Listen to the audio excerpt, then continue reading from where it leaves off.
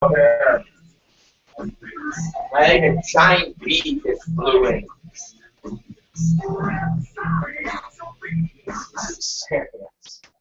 Look, I'm looking at this cocksucker right now. Look. Right there. That's a fucking bee. That's a fucking bee flying around my cocksucker. The fucking bee in here. Fuck you, bee. Get out. Get the fuck out. Get you motherfucker. See it right there? Look it. Get the fuck out of here, bee. Get out the window, you cocksucker. Now it's in the light. You motherfucker. I'm gonna get stung, right? It's a big fucker, too. Man. Look at it. Look at you. Fuck, I wish I had some poison or something. Look at it. Come on, motherfucker. If I hit this with this shirt, all hell's gonna break loose. There he is.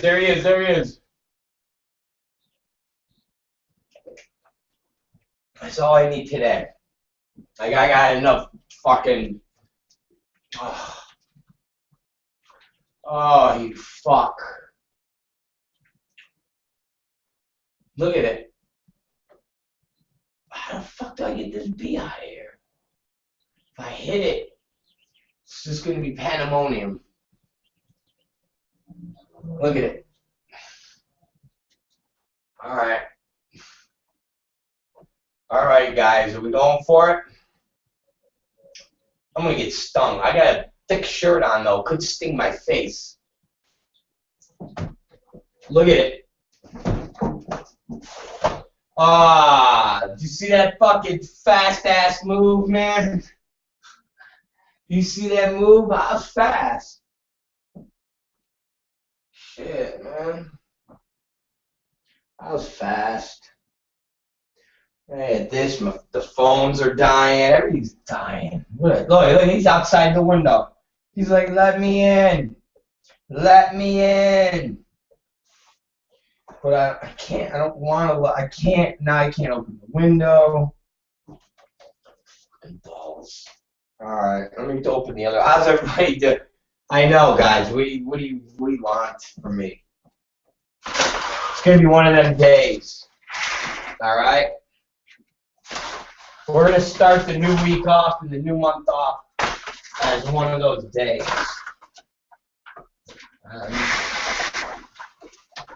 Shut that now. Alright, got that set. Man.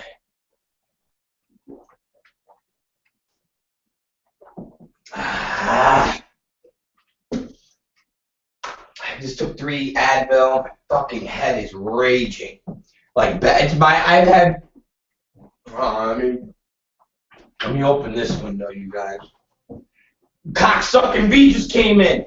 That little cocksucker went in through the bottom.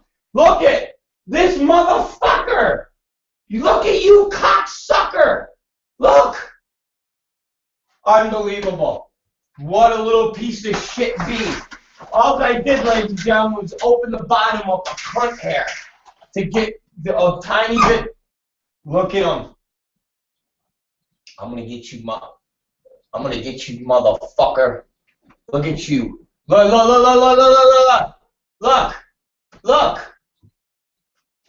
Get out of here, you fuck. You motherfucker. Look. Get out there. Get out the window. Get out the window. Don't get in the... Oh, it's in the bathroom now. There it is. I had the window this much open.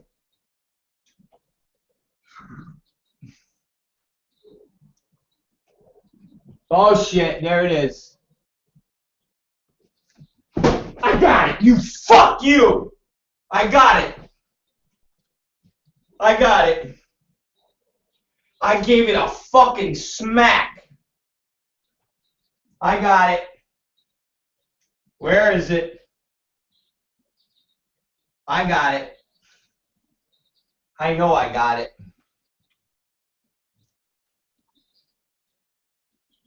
I know I got it. I gave him a fucking shot. Where is it? I can't find it though.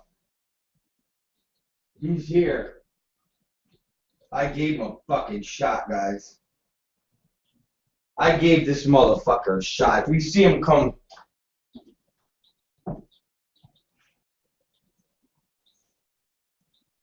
If he comes out of here, then we know he's a zombie bee, a zombie fucking whatever he was. But I got him. He was up against the wall like this, and I fucking took the fucking shirt and I fucking smacked this motherfucker, and it hit him, and then I watched him flutter. I did. I watched the little motherfucker flutter. All right, I think we're good. I don't see him buzzing no more. He knows. He don't fuck with me. He knows he don't fuck with me. I fuck him up. Little motherfucking bee. Alright, guys, we're back. We're alright. I don't see the bee floating around no more. Bee is gone.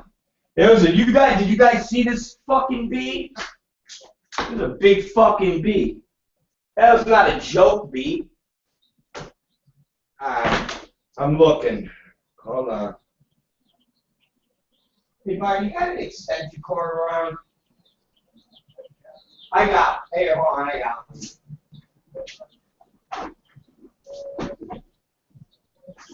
Alright. Alright, ladies and gentlemen. We're back. Alright. Fuck that bee. We kicked his ass. Now what we're doing is we're gonna plug this extension cord in to get special bee surveillance going on. Oh man, this is just.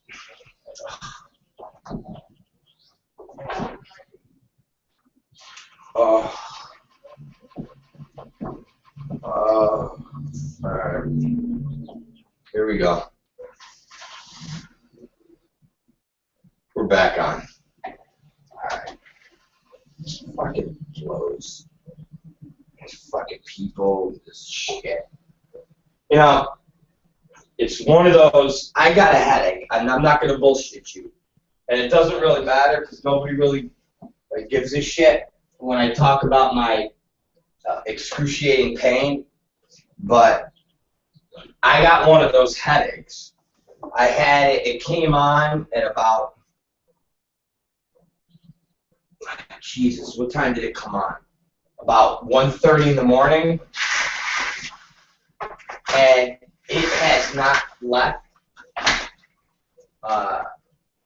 It hasn't left yet. Since like there was no Advil whatsoever, no aspirin, nothing, and there's no homeopathic trying to get the headache away. There's nothing except just sitting there with a fucking excruciating pain, and it was one of those. It's one of those headaches where it's. I'll tell you. I'm gonna tell you right now where it is. It's right here, and then behind the corner of this eye. Like right now, as I push on my eye, it hurts. Like so, I could go. It's almost like a bruise. Like it feels like a bruise. Like it's not that much pain if I go. Then the headache comes on more. I'm thinking brain tumor. That's what I'm thinking. I'm thinking fucking brain tumor. I'm thinking there's a fucking brain tumor, and it's not cancer. It's a tumor, and I'm pretty sure the tumor is right here.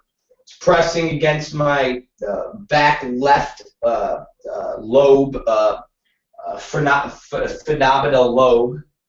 And it's going to probably cause me to have a subdural hematoma. So if I should have a sub-zero hematoma on the show, you guys will witness what it is like for someone to really have a sub-zero hematoma on a program, on a show, and that's what we're operating at. Fuck. So I've been working on this. Like literally, I went to sleep, and I would wake up every hour and a half with the throbbing pain in that back lobe and into my eyeball. And I went to sleep at about 3:30. I woke up at like 4:45, headache. Woke up at about 6:04, headache. Woke up at about 8:15, headache. Woke up at about 9:45, headache. Woke up, and then finally woke up at 10:15, headache. Then woke up at 5 to 11, late for getting up because of the headache, and I still had a fucking headache. So basically, I've had a headache nonstop. So I took the 3 Advil. So I just took, let's see, how many? Oh my God, there's a guy in the car with a knife strap on. So I just took 3 Advil, 2/4, so it's 600 milligrams of whatever that shit is in Advil. What do they call it? The stuff that makes your stomach bleed if you take too many of them. So I took 3 of them. Oh, Jesus. Oh, Christ. Oh, yeah. And on top of that, don't FYI feed up? I still have the ginger. Maybe it's my computer. My computer no, being a bitch. Adult FYI feed's not up. You know why? Because I still have the gingerlin thing in, and it's the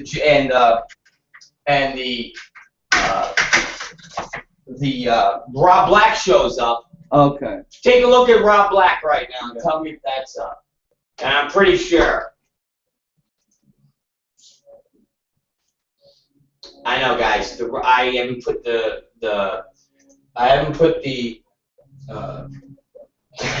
Rob Black feed up. So I know if you go there now, you'll see. What the fuck? You guys, seriously. Seriously, I'm not bullshit. You guys gotta see what the fuck is going on out here. Seriously.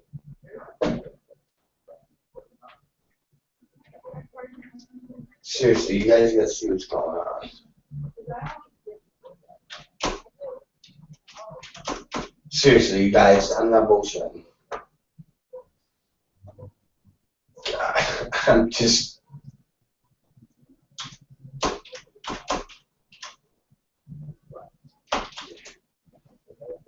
Fucking dude's got a fucking knife. Fucking unbelievable. I don't even know where we are right now. I don't know where we are. But I'm frightened. I'm very frightened. I'm very frightened right now. I'm frightening. Holy shit. It's, what the fuck? I swear to God, you guys, like a car of 3 people just got out. A guy that looks like Rick Rubin. A girl who looks like a biker broad. And their little Mexican friend. And in this group, the guy that looks like Rick Rubin literally has a knife, like one of them bull knives, strapped to his side. So he's got a knife strapped to his side. I'm not bullshitting you. I know you probably think I'm bullshitting you, but I'm not bullshitting you. And it's frightening. And they look like they were walking, I don't even know where they're walking. And if anybody can help us out here and maybe find out what the fuck is going on, that would be great. Oh, Jesus, I hear him. I hear him. I hear him. I hear him, and it's frightening. Oh, Jesus. Oh, God. Frightening. We're back on live, ladies and gentlemen. And there's a lot of frightening things going on here.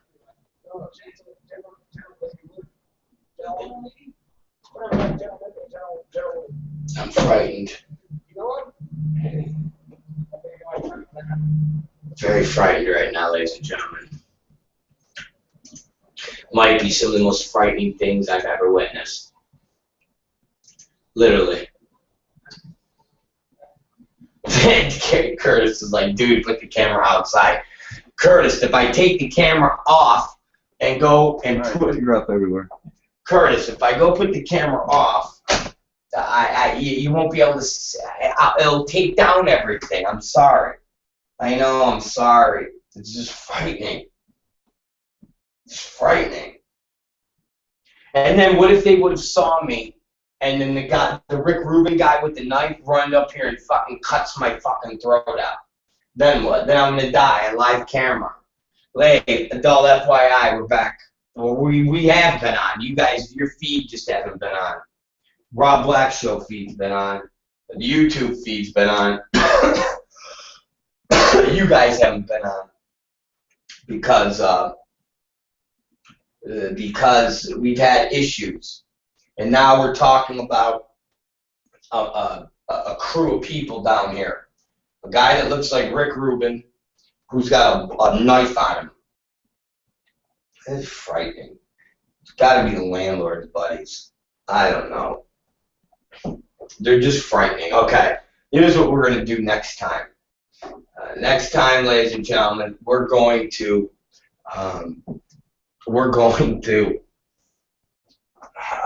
I got to figure out how to get the guy out. So like we're gonna wind up having 17 cameras in this fucking place, shooting just tons of shit. Dude, the one a Mexican guy that's like their partner, he's just laying in the back seat. I wish you guys could see what's going on, but I'm telling you, I'm nervous to take the camera and have these three people. It's like the Manson family.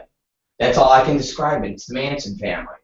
You've got Squeaky Fromm, you got Charlie himself with the fucking bull knife, and you got Tex Watson. He's in the car too. Okay, how can I pull this off? And now the Charles Manson guy, he's got like a big tube in his hand, and I don't know what he's doing. I don't know what the fuck is going on. There's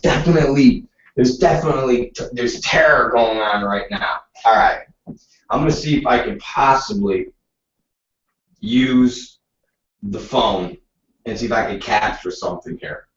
Okay, guys. But if somebody comes in to try to stab me, you guys gotta be there with me. Alright, here we go. Okay, here we go. Oh, Jesus, I'm scared. I'm feeling scared here. Okay, I gotta find video on this. Hold on. I'm feeling frightened right now. I'm feeling frightened for my life. I'm feeling frightened for my life. My life is in danger right now. See, I don't think I can do video with the phone on. Sorry, guys.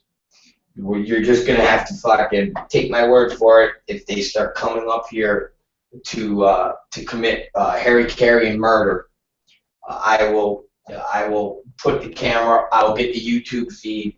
We'll bring the YouTube feed over, and then we will broadcast the bludgeoning death of Rob Black. Okay, we're gonna roll with it. It's very distracting though. I don't know if I could properly have a show knowing that Charles Manson is outside with tubing and a knife. Who the fuck who does that? Seriously, guys. Let's just say the guy's not Charles Manson. Oh shit, they're leaving now. Oh Jesus. Oh God. And you should see this. You should look at this fucking guy. Come on, are you guys serious? You guys aren't fucking murderers?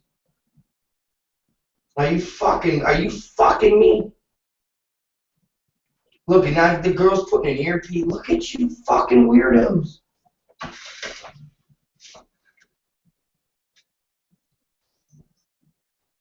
What the fuck? Okay, they're gone, guys. I'm telling you, they came here to try to kill somebody. They came here to try to kill somebody, and it wasn't successful, and now they just left. That was terror right now. That was terror. I'm gonna put my shades back down, just in case they come back. That might have been the scariest group of individuals. I know, Curtis. I'm sorry. I'm sorry I could not get the camera on. But what the fuck am I going to do? I'm going to explain to you guys again the setup. We have this camera right here, which is for YouTube.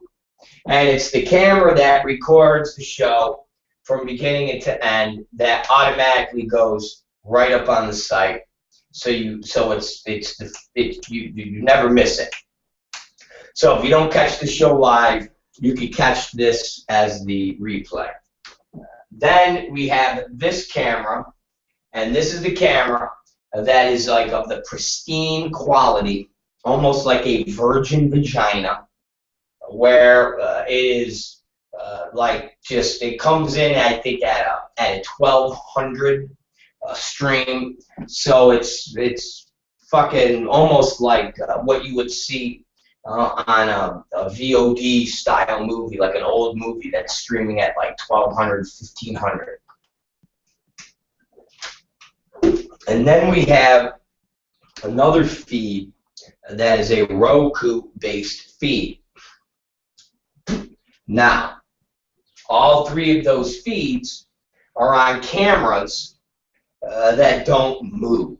They're on these fucking tripods. Now, if I go and grab one of those cameras and move the goddamn thing, it will take me at least a half hour to get the goddamn things back up on the tripod, because they're all 12 years a slave rigged to get on there. So, I mean, it's not like we're operating here with Hollywood machinery. It's very shitty. And I can't pull the camera down from there. But I will say this. We're working possibly on getting somebody that might be able to shoot a second camera. And what I mean by that is somebody that is going to shoot a roving camera. So it's like actually moving, so to speak, when we're doing the show. But I haven't fully put that together, because that would require somebody being here for 3 goddamn hours a day. And this person would have another job outside of shooting us for 3 hours a day. And if they've got a real job to go do, they're not going to be able to shoot the show. So I haven't figured that out. There's a lot of things I haven't figured out yet. And you know how it usually happens? I'll get done with the show and I'll sit there and ponder, and then I go, this ain't gonna work, and then we move on with the day's events. So I don't know if that is gonna fully come together with what we want and so forth and so on. But I will tell you this, the websites are getting all redone this week. That I know for a fact. That I know is getting done. Matter of fact, the first one that will be overhauled will be the ROBBlackShow.com. Yes, the ROBBlackShow.com will be completely overhauled this week into a more user-friendly site.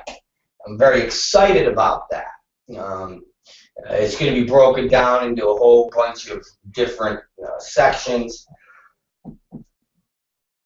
Oh, god damn, man. I'm fucking dying. I'll explain my death besides what's inside my colon. So each section will be broken down where it will say Late Night with Rob Black, regular Rob Black, regular show Rob Black, and then it'll be broken down into XPW, and then it'll be broken down into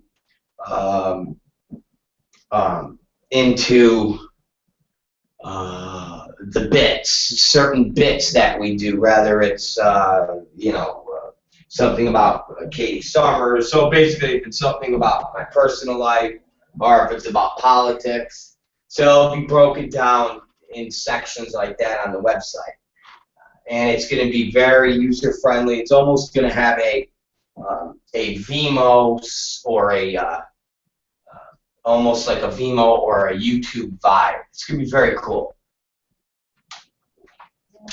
And that will be done this week. And my person who's doing it, the person that is doing it, Alexandra, is like a machine when it comes to this stuff. So I say a week, but this girl will probably get it done in like an hour. I mean, literally. Sometimes she'll hit me up and be like, hey, I just made this website in the night. And I'll be like, wow. And she's like, yeah, I got motivated and I couldn't sleep, so I did this website in the night. So, who knows? When she starts this thing, the goddamn site might be up in a day. But that we're looking forward to. And then from there, we're doing a complete overhaul to the adult FYI site and making that more of a news style website. So it's not that old, outdated HTML blog posting dribble of shit that's up there now. That whole site is controlled by HTML code, and I have to change things. I gotta go in there and fuck with code. It's just retarded.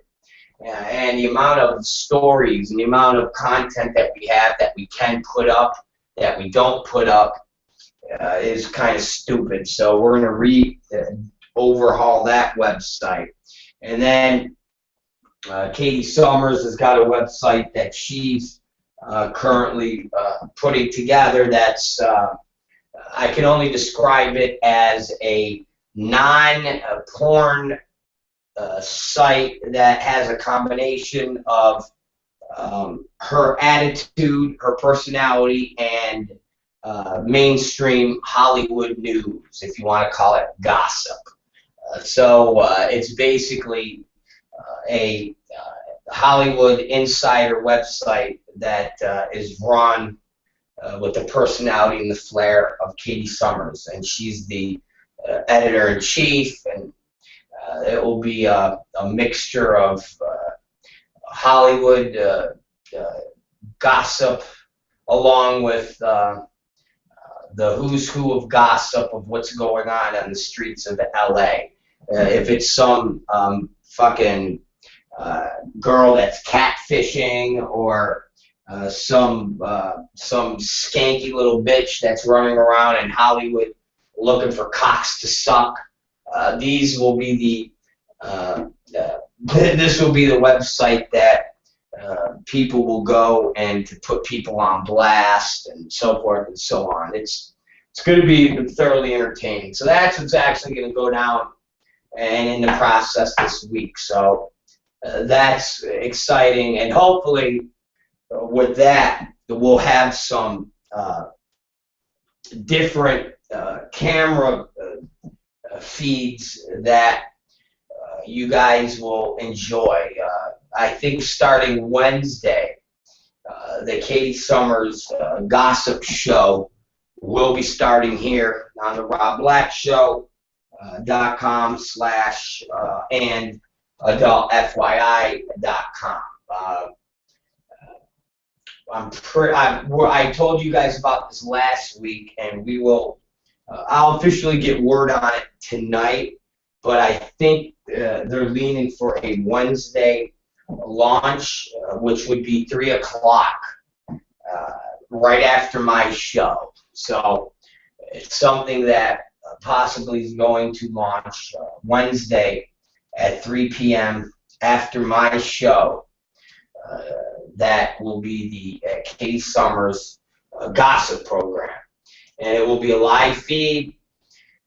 And you can look at Katie and all the great stuff that she has to offer, and yada, yada, yada, blah, blah, blah. So I think Wednesday, I don't want to do a direct quote, just in case I'm wrong, but I know over the weekend, that was the day that was being thrown around to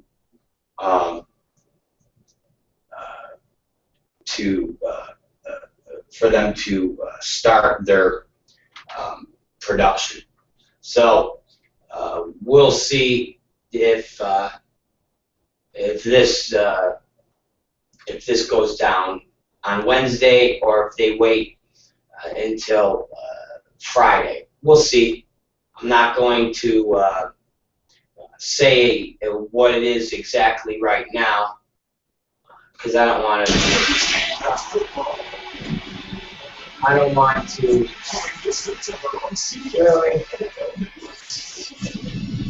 I don't. Fuck, man. Everything is just off. Trying to turn this shit off. It's supposed to be off. I don't want to say something that's not going to go down, and everybody fucking cries and moans and says you're wrong, you're a jerk off, and blah blah blah. So we'll go from tonight, and I'll tell you guys at the 8 o'clock show of what's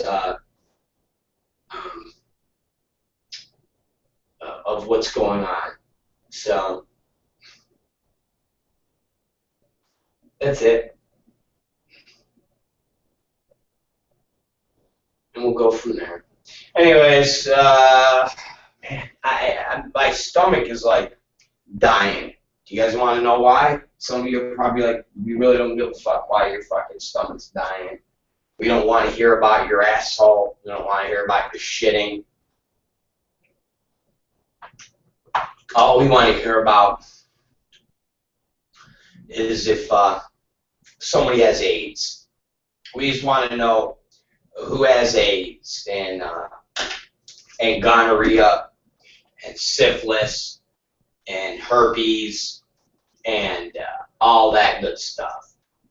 Well, we can talk about that, but right now I'd like to tell you guys about my asshole.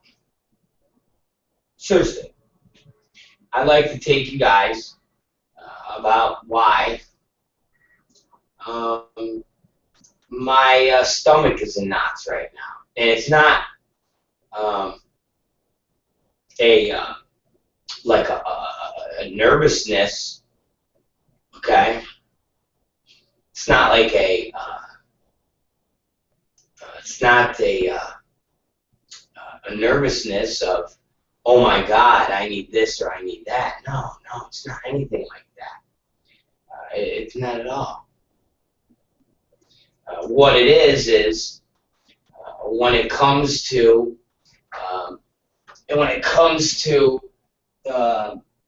the weekend,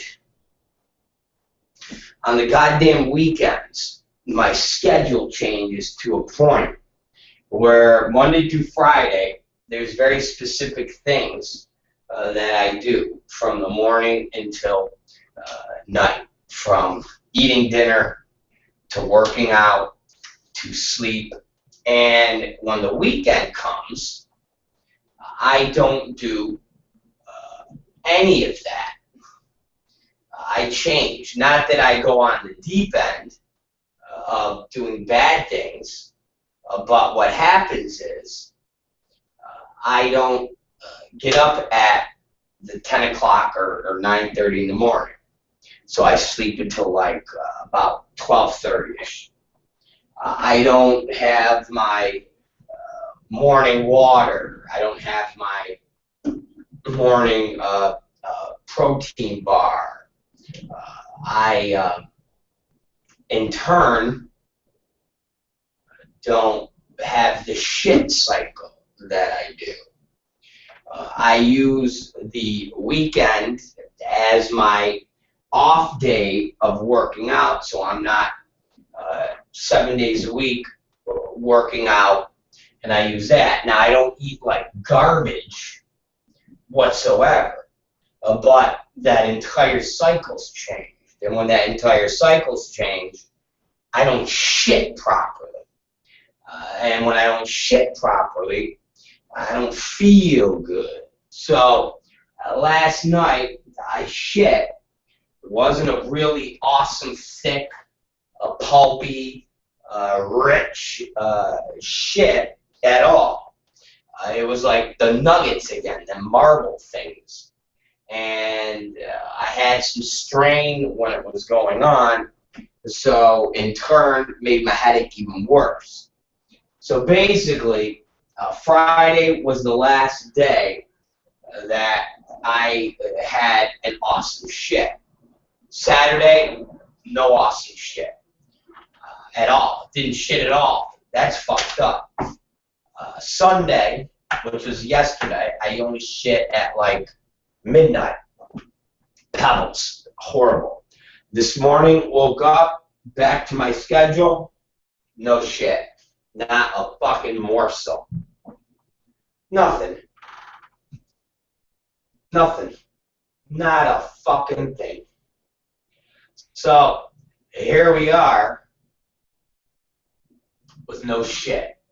And I could feel the gas building up in my asshole, as you've already heard it a couple times. And that's not good. It's just not good. I could tell when I got moving today with the headache and everything, it was not going to be a good day. And I'm telling you guys, right, I'm tempering down expectations, okay? I'm tempering down expectations. That's what I'm doing. Tempering them down. That's all. If you were thinking today was going to be an awesome program, I'm sending it down. Okay? Just down. That's it. So you're like, Rob, is this going to be a Super Bowl style performance? Nah. Nope. Tempering it down. Okay? Bring it down. Bring it down. That's all. We're bringing it down. That's it. Right down here. We're down here. We thought it could be here. No. Show's down to here. Bringing it down. So, did you guys watch the Oscars last night? Did anybody watch the Oscars? Remember we talked about it last week leading up to the big night last night. Did anybody watch it? I watched it. Catherine Howard watched it. Thomas Taliaferro watched it. Everybody watched it. It was quite enjoyable. I thought it was thoroughly entertaining. Some of the predictions that we said would happen happened.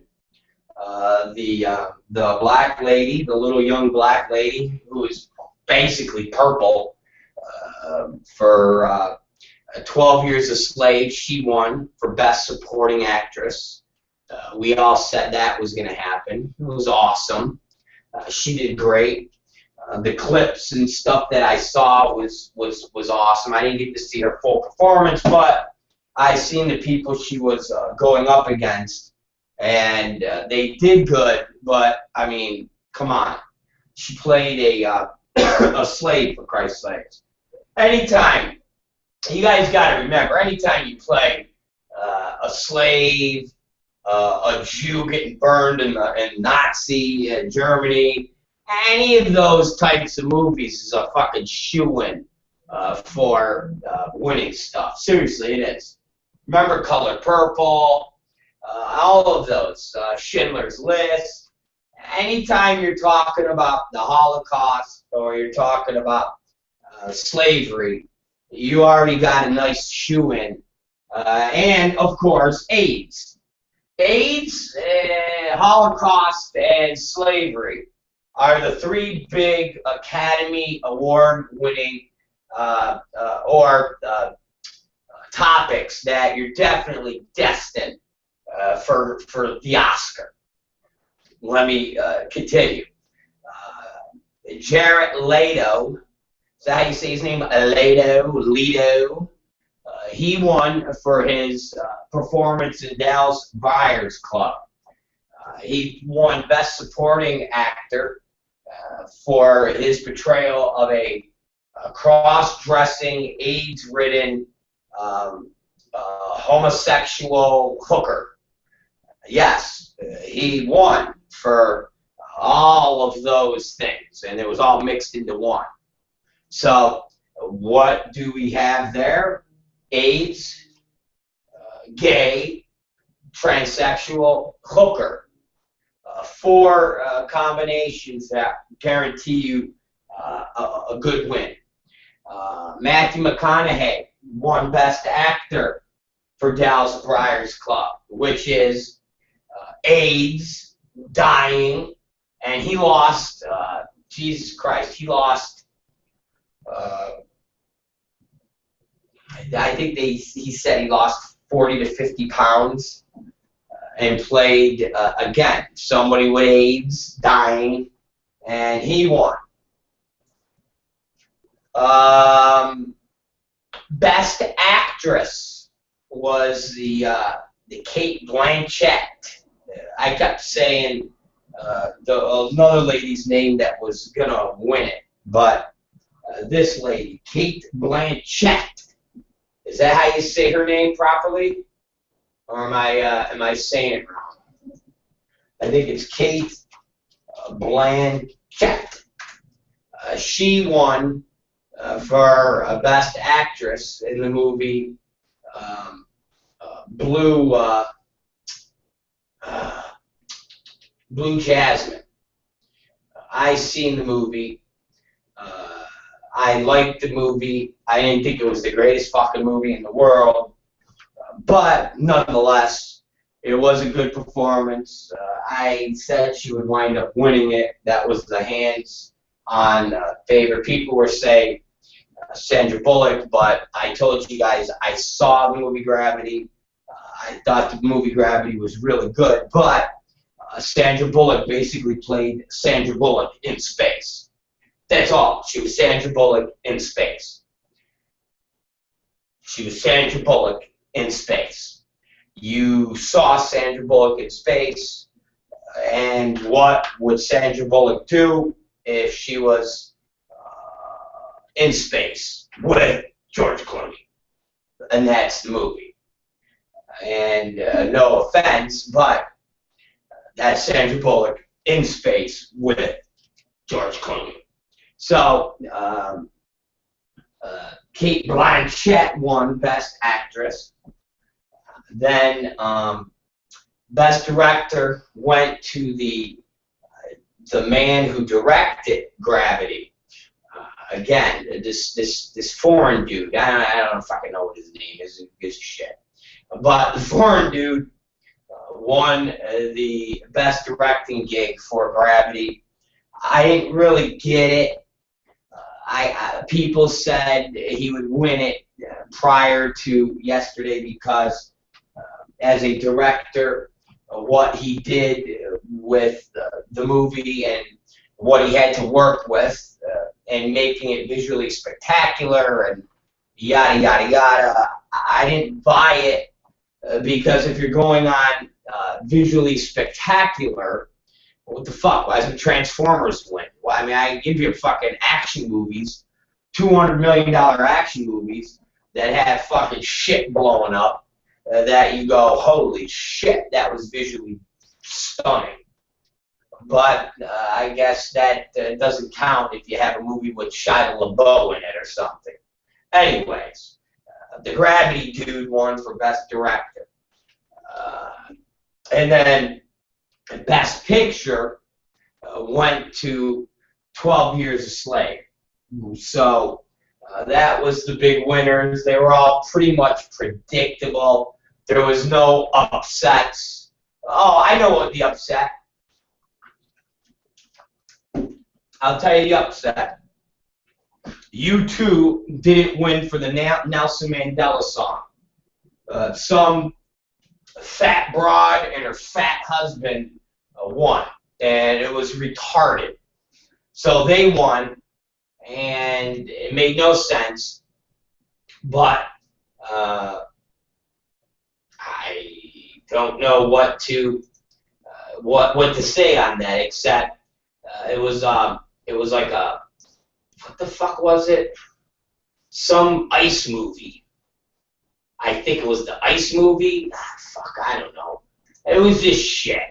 U2 had this great Mandela song, and they even performed it. It was awesome, and Bono was doing his U2 thing and getting all fucking moving and shit on stage, and it was almost like an unplugged where they just had the one drum, and the drum dude's like that.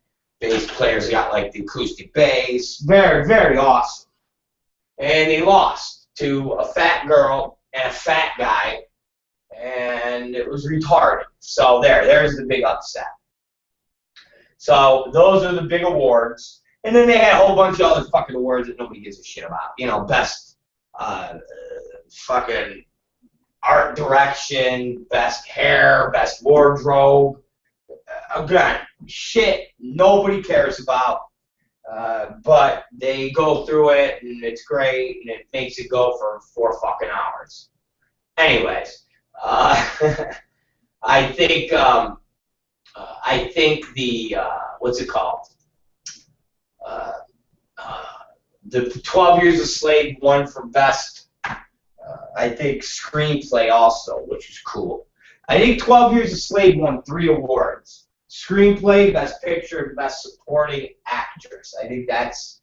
Gravity won like 7 awards. But again, they were visual style and directing award. It wasn't an acting, and it wasn't the Best Picture. So that was good, because again, I didn't think it was that big of a resounding awesomeness when it comes to films. Ellen DeGeneres was the host. I thought Ellen did pretty good. I was thoroughly entertained by Ellen. She seriously did a pretty good job. I was thoroughly entertained at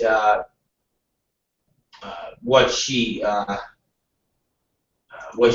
did. I mean, she was good. Again, her jokes weren't too over the top, like mean, insulting. It wasn't like the Golden Globes where you had Tina Fey and Amy Poehler making fun of everybody, but like in a real nasty way.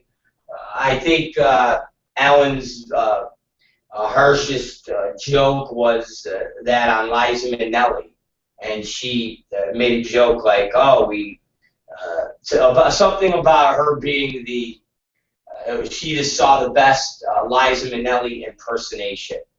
And then she said, "Thank you, ma'am," or "Thank you, sir," or "Mister," whatever it was. I don't fucking know.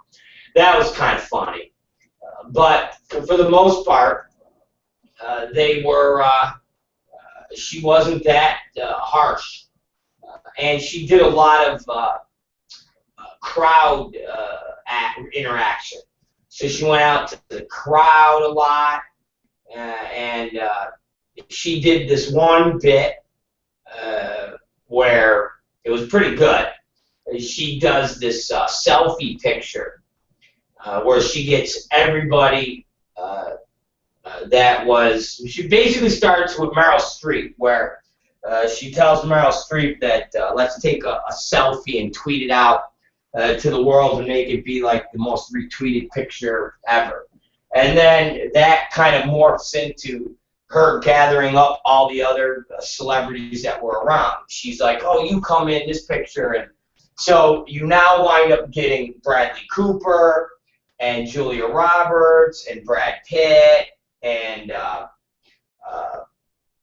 the whole Kevin Spacey, a whole clique of them. And then Ellen is trying to take the picture, and she ain't doing it real good. And Bradley Cooper basically grabs the camera from her and is like, just let me take care of it. So, of course, Bradley turns the camera sideways to get more of the celebrities in, and he does the selfie. So if you guys see the selfie picture, it's actually Bradley Cooper that's taking the picture.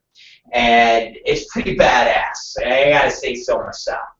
As far as being gay that I even watched the fucking Oscars like a fucking homo, and then even to be in it and go, "Oh, that was good, yeah." The Bradley Cooper thing, it was good. Just Bradley Cooper is just cool in general. He's just, you all know him from fucking Hangover, but just in general, he's pretty cool. I seen a movie with him over the weekend that I hadn't seen before, and I'll get to that. That was pretty good.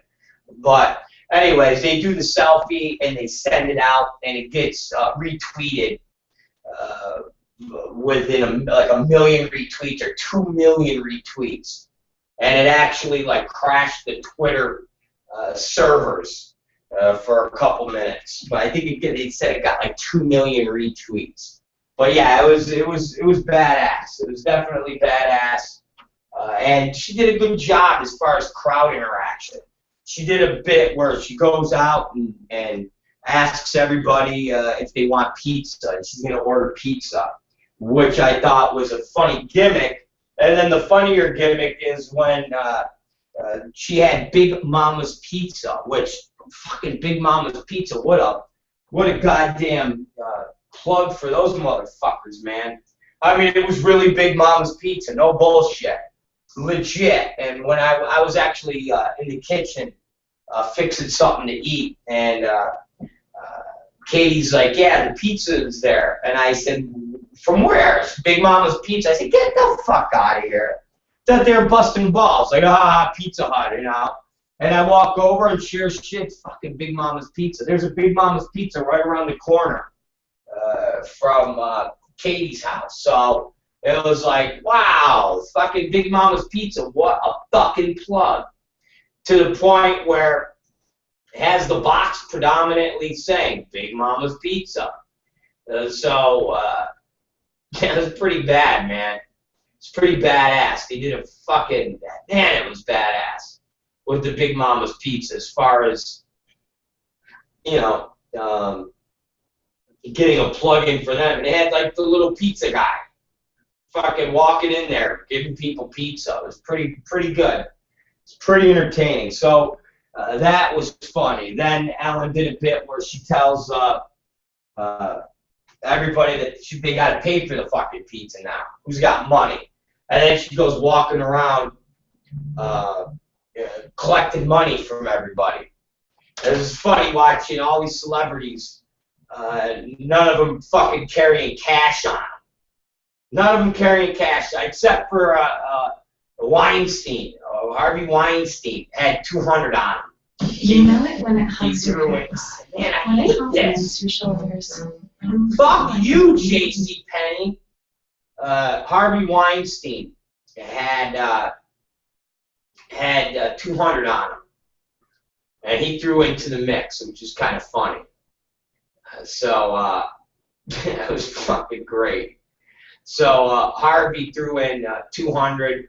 Brad Pitt, I think, threw in 20 at first, and then Ellen shamed him. Was like, "That's it."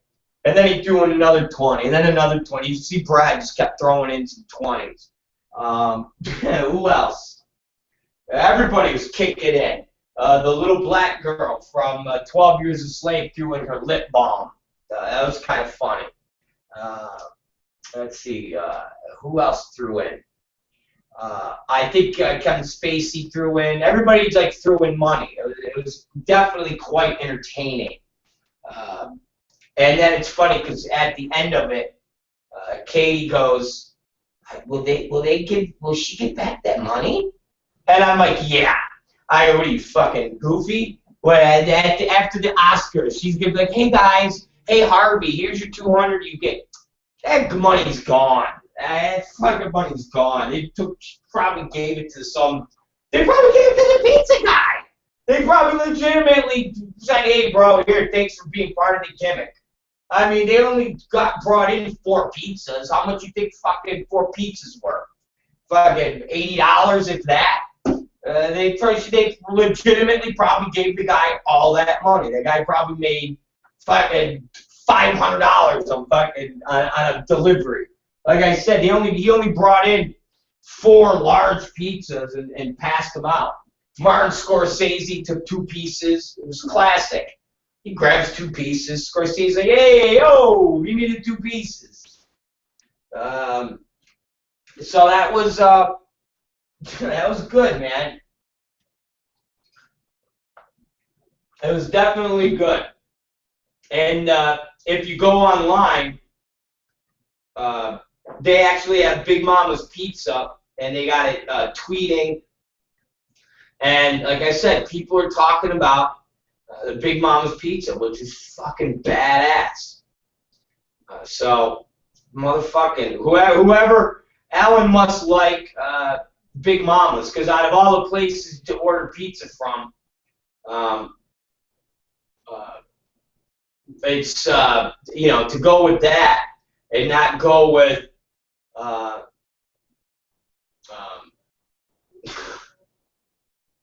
so basically, here I'm reading the thing that they've actually Big Mama's made pizza for Ellen before.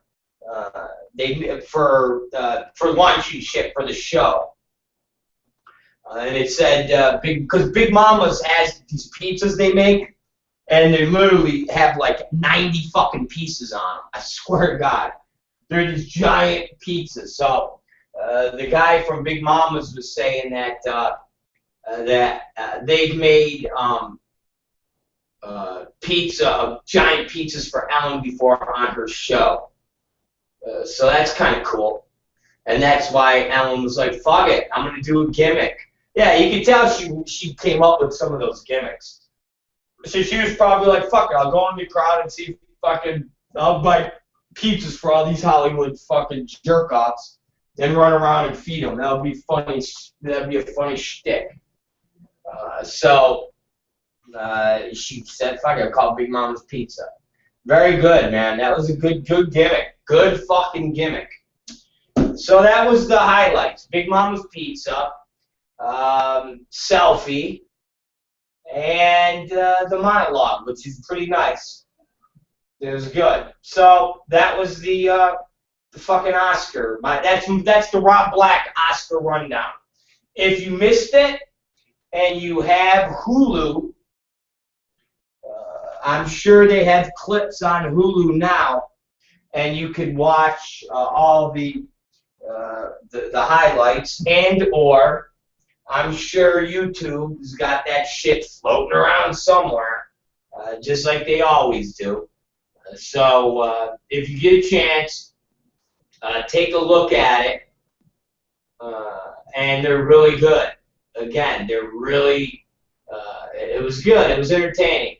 And it's funny because we went out to,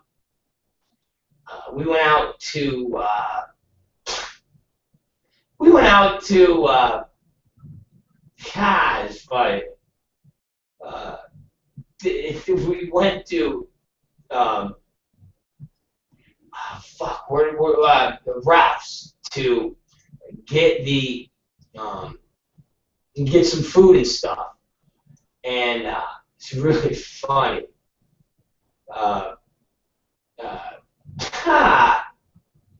We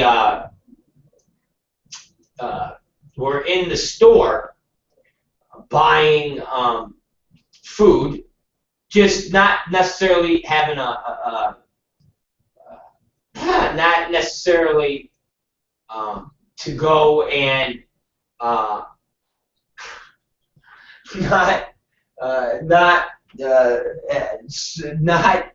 necessarily to have an Oscar party, but just because to get food. We haven't had any food, but it's funny. And we're in the store, and Katie is telling me, you know, she wants to do this and she wants to do that. And I said, hey, man, I said, you gotta understand something, hon. Okay? And she's like, what? You know, why? I go, fucking Oscars are gonna fucking start in a half hour. She's like, oh my God. And I go, so, unless you want to miss the beginning, we ain't gonna be able to get to these two different things that you want to do.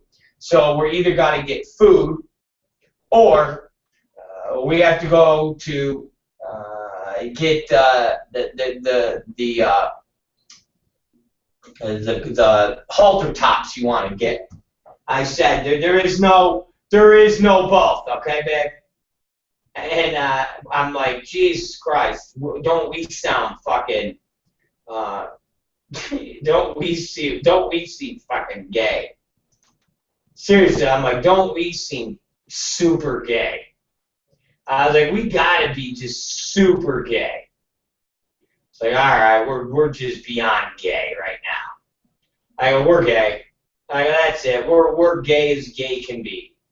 So it felt like a bunch of queens were sitting in a goddamn. We're sitting in a restaurant, cackling about what to do when it about the award show. I mean, seriously, it was fucking hilarious. Just cackling away. And it was like, oh my God, we gotta hurry up. We're gonna miss the show. Come on, we gotta go. We're gonna miss it. Come on, hurry up. Let's go. Come on, we're gonna miss it. So I was like, Jesus Christ, this is just horrible. Horrible. But we made it, and the Oscars were good. They were entertaining, and I'm glad that we watched it. I always feel when you miss something, and I know it's probably not a big deal for most normal people, unless you're a flaming fag like us. And that being, whenever you miss one of those pop culture events that everybody talks about the next day, you kind of feel out of the loop, okay? You kind of feel out of the loop and kind of, like you're in high school and you're one of the kids that aren't in on the joke. And then the next day happens and you hear everybody in America is talking about something that happened, whether it's the Oscars or the Super Bowl or the Grammys. And then you kind of feel left out. You feel kind of like, well, I want to be part of this. Gay, I know, gay. But anyways, I'm glad that I was super gay and we watched the Oscars last night.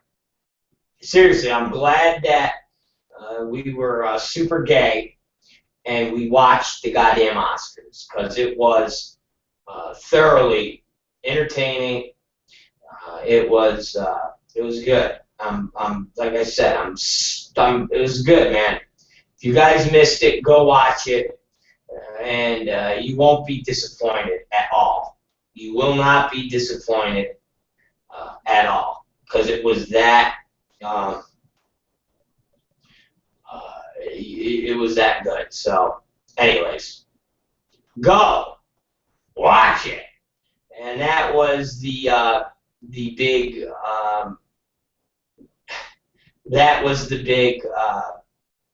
Oscar buzz. And now, guys, you know, I don't know if any of you seen this movie, and it goes along with the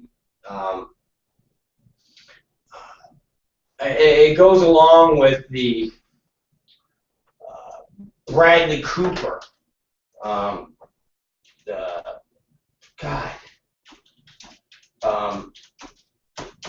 the fuck?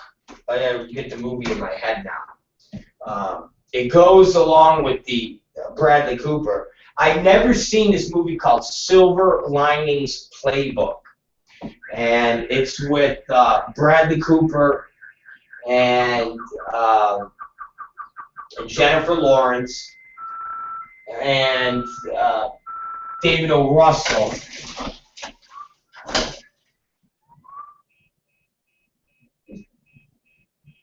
Why? Fucking jerk offs. I hate fucking people with car alarms. Seriously, does anybody ever fucking pay attention to a fucking car alarm? Car alarms are so fucking past. Who the fuck has a car alarm anymore? And any of you, seriously, let's talk about this. Now you got me off Silver Linings Playbook. Now I'm a fucking car alarm, okay? I guess car alarms are cool back in the fucking 90s because it would go off, and of course everybody would look and go, oh my God, somebody's breaking into a car. But in the year 2014, when you hear a car alarm, what the fuck do you do? Seriously, what do?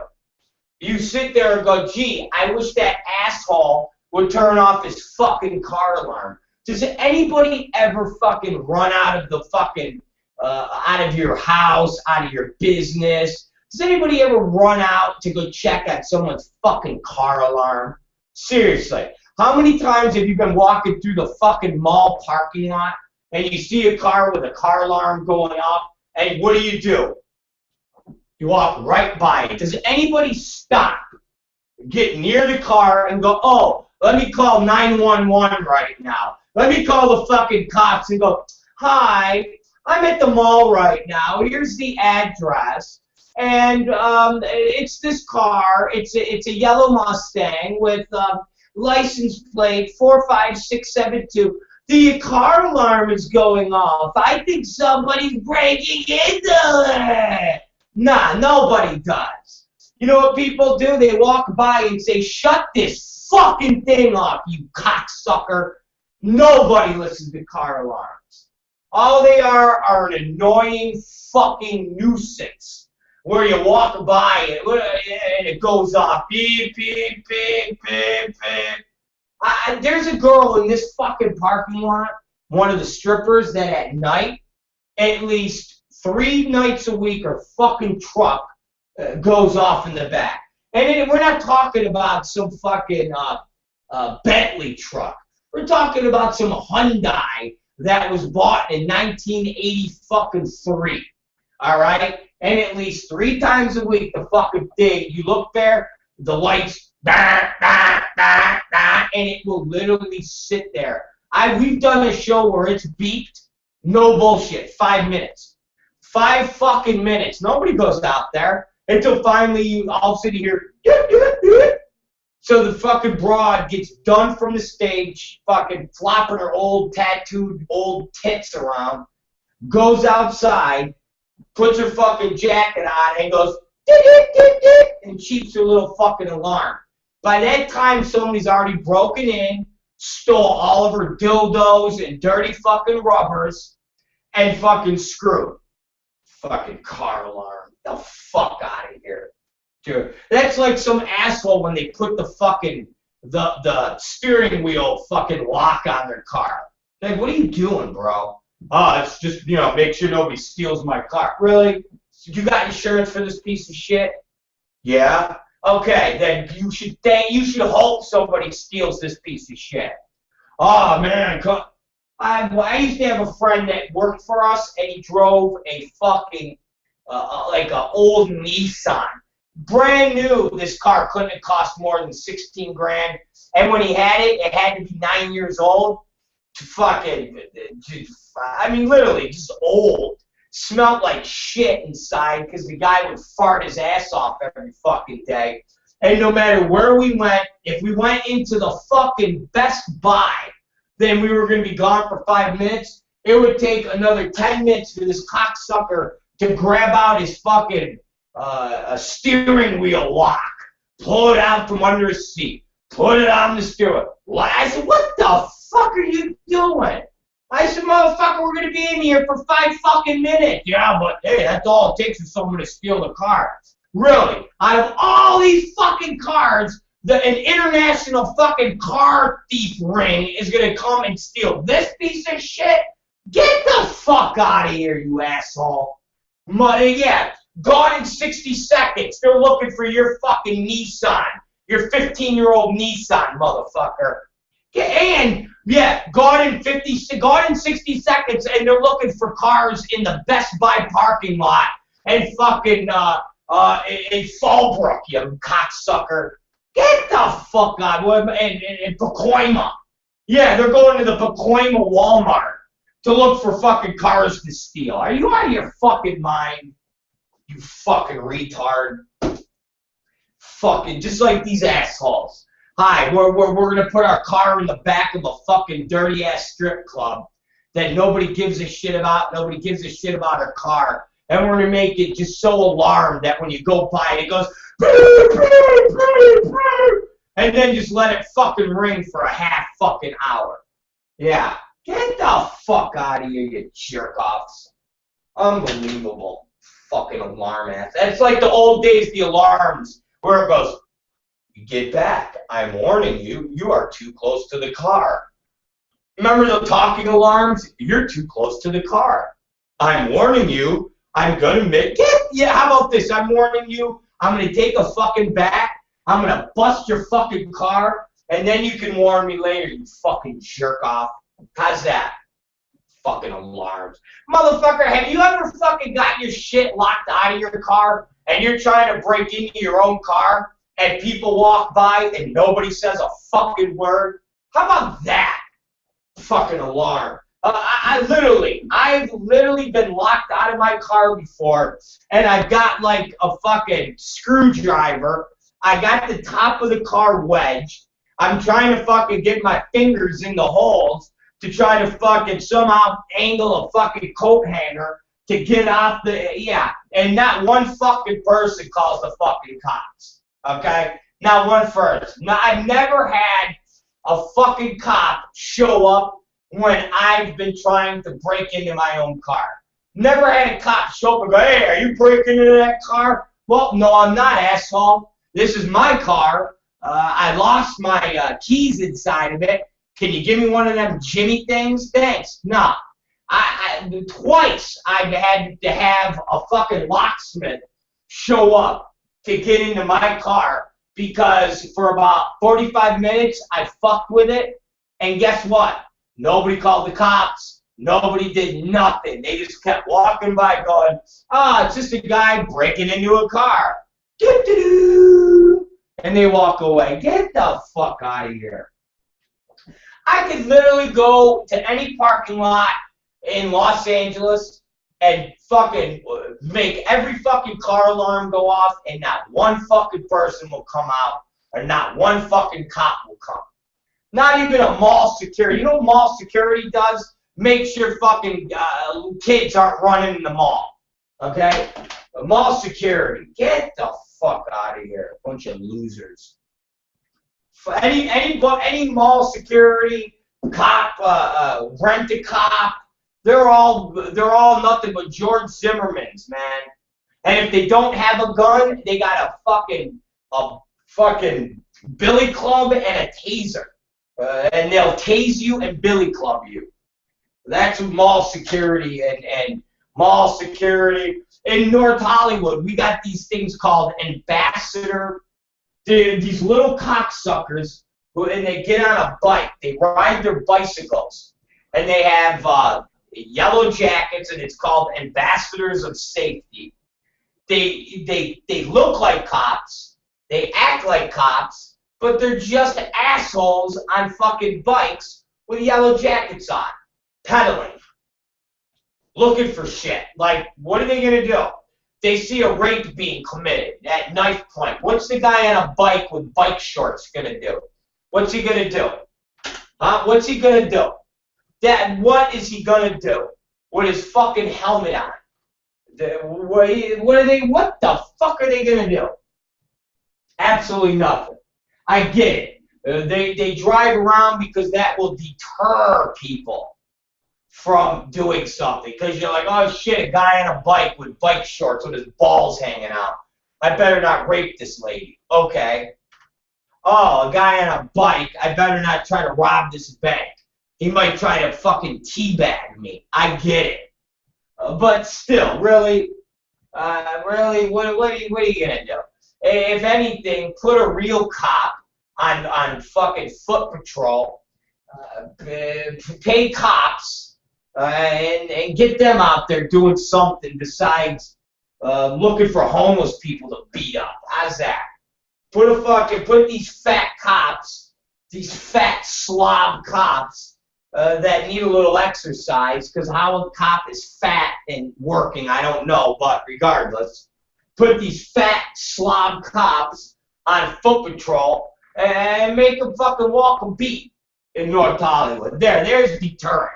All right, there. I'm a little more deterred with a guy and a gun and a taser from LAPD than a guy on a bike with a marble bag, okay, and a fucking a Lance Armstrong helmet. Please, for Christ's sakes. Fucking that and a car alarm. Two things. You know what I'll do? I'll take the guy on the bike, the ambassador of safety, and throw his fucking head through the fucking car of a fucking alarm going off. How's that? Two jerk-offs. Fucking assholes.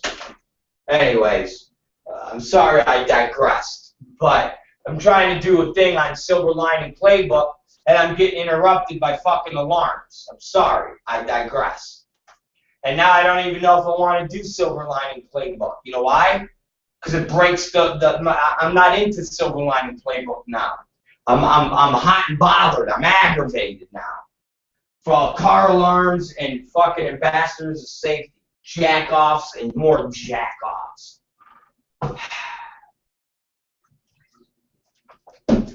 Assholes. Anyways. We're going to take a fucking break, because I'm too hot. I'm fucking hot. I'm in the red, okay? I'm a fucking race car that's in the red, and I'm ready to fucking blow right now.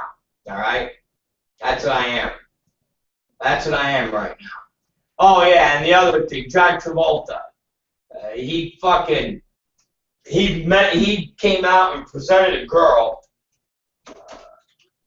and muddled her name. Seriously. He muddled this girl's name that was presented. And it was the most bizarrest, I don't even know. He just muddled this girl's name. It was horrible. It was like somebody got him all doped up. And he was just like, I would like to present And it's this girl, Adela Dazeem. That's all. Adela Dazeem. I think it seems all right, but you gotta listen to this. Let's see if you guys can hear this. I'm gonna play this clip. I didn't get this, but listen. I didn't get how he fucked this up. But and his hair is horrible. It was horrible.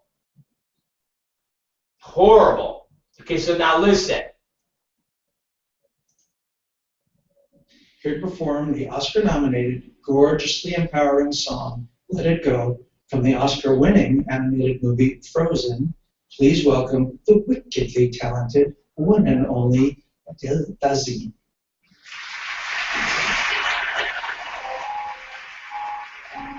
You fucking hear that? The fuck did he say? And the girl even tweeted back and said, "Thank you, John Travolta." It was pretty funny. It was pretty funny.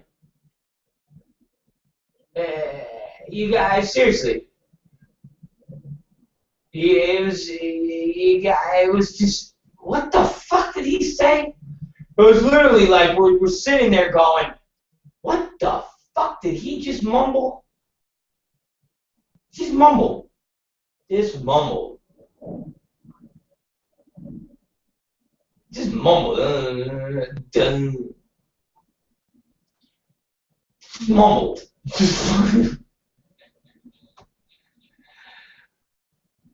Just mumbled. Just mumbled. Just mumbled. Just mumbled. That was it. Seriously, just a mumble. You gotta hear it one more time. It's a classic mumble. Here we go. Because you're going to hear this all week, you guys. With the hair, bad hair, he had the bad wig, but it's what's Hollywood. What do you expect? What's he going to do? But now listen to this.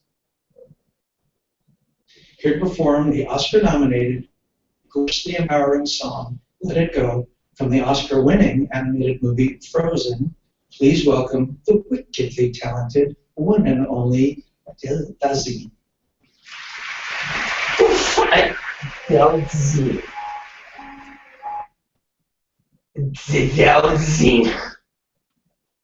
The fuck was that? And it was funny because it was so quick that you just went, the fuck did he just say?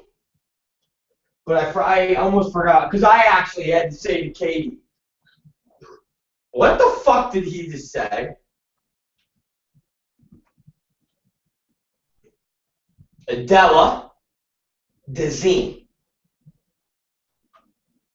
Adela. I get Dazeem, but Adela. Adela! You motherfucker. You motherfucker. Jesus Christ. Anyways, there's the highlight. Adela Dazeem. Adela Dazeem, a little fucked up. Okay? And John Travolta's got the bad hair, man. It's bad hair. Real bad hair. Just horrible. Horrible hair. Horrible. Just horrible.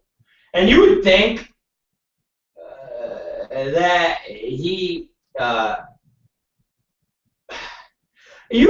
would just wear the bald head, because in the movies where he's been bald, he looks good. Like, he looks good with the bald head. So you would think he would fucking roll with the bald head, and then when he has to do the movies, he wears the fucking wig. And it's like, yeah, we get it. But you would think he would just wear the bald head. The bald head movie that he did, the fuck was it, where he was the bad guy? And he's got the goatee with the bald head. He looks fucking good. But he looks horrible with the fucking, with the wig and the thing. It's just bad.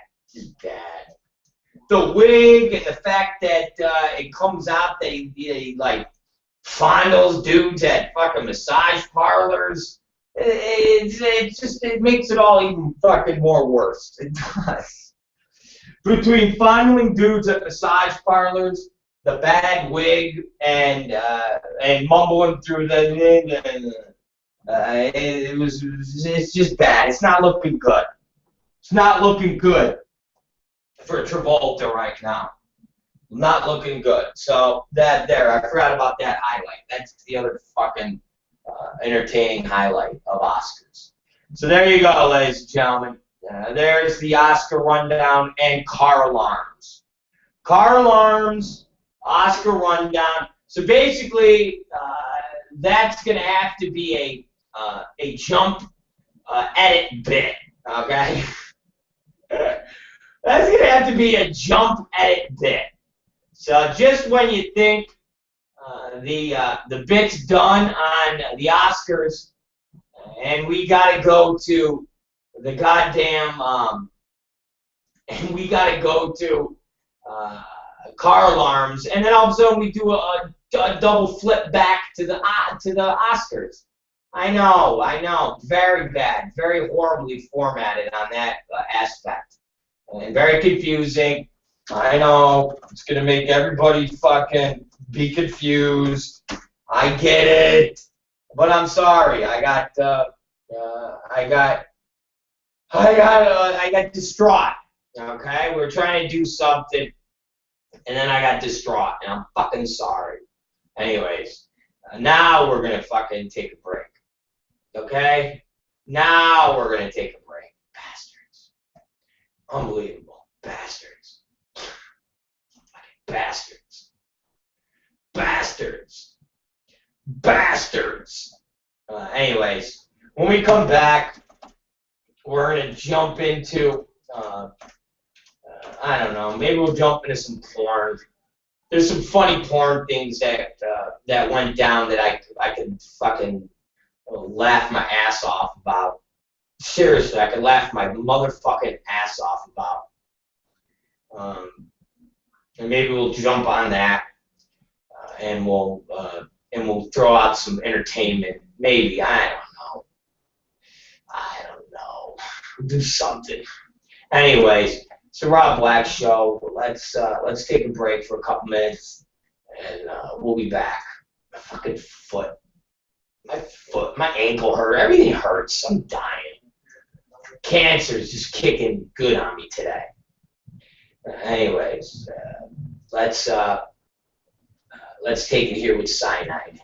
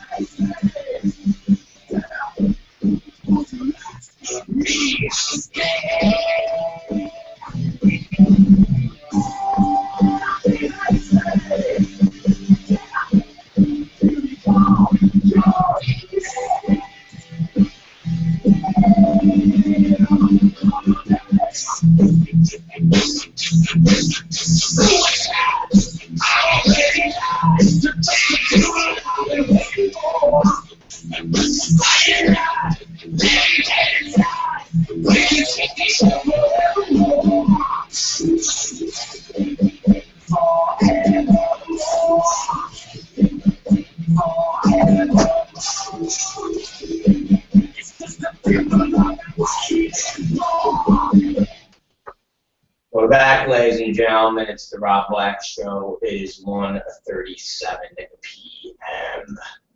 and we are moving on. Moving on, baby. Moving on, baby.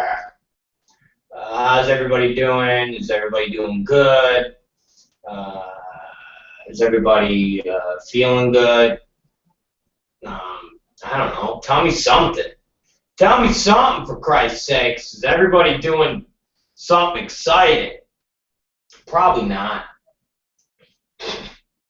Probably not.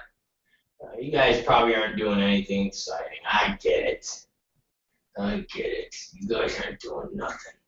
But we are. And we are here. And we are live. And we're coming at you. And all sorts of good things are going on. In case you guys didn't know, it has been raining here in Los Angeles. If any of you are not from LA, yes, if any of you are not from LA, guess what? It is. Oh Christ! I'm sorry, you guys. I'm just sorry about that. It is. It has been raining, and I know. I know.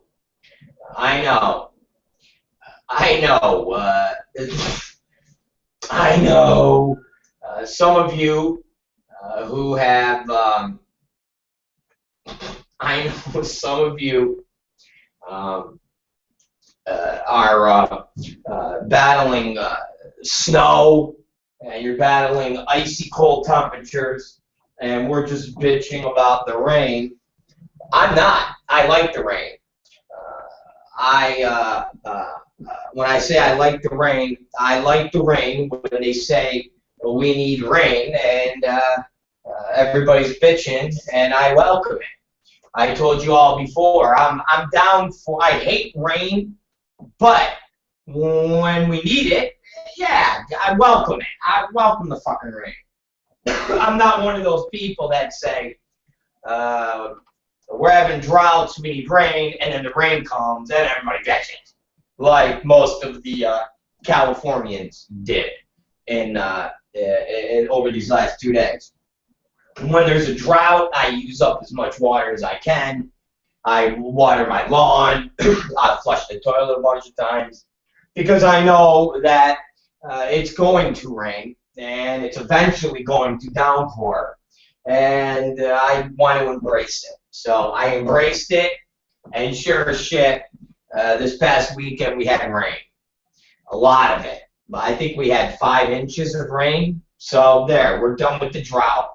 Everything's wet, and all the trees are replenished, and the world is at peace and harmony again. So we had rain. It's now, from what I'm being told, ladies and gentlemen, no bullshit, I'm being told that this week is supposed to be beautiful.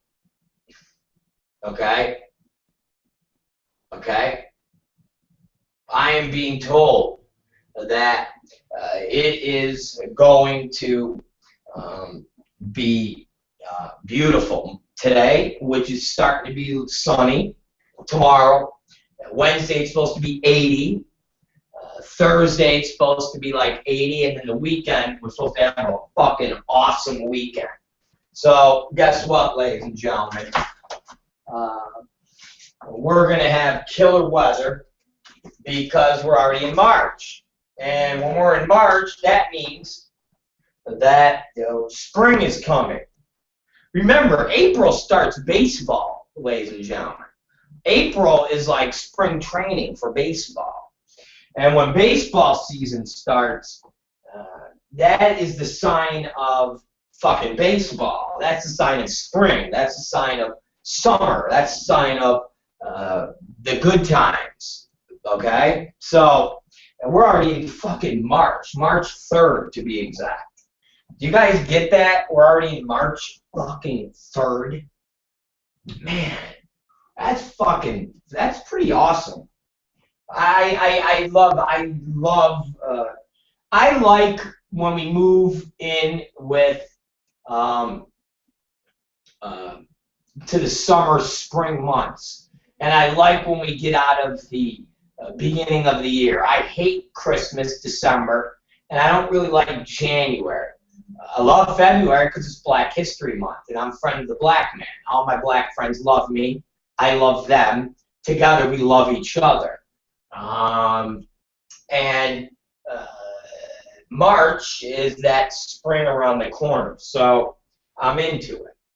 Now, I want to bring you guys to the attention of something, because even in the mainstream, and I've said this to you all before, and I don't know if any of you will remember or give me props and credit, but I'm not shy from tooting my own kazoo, so I'll toot it right now.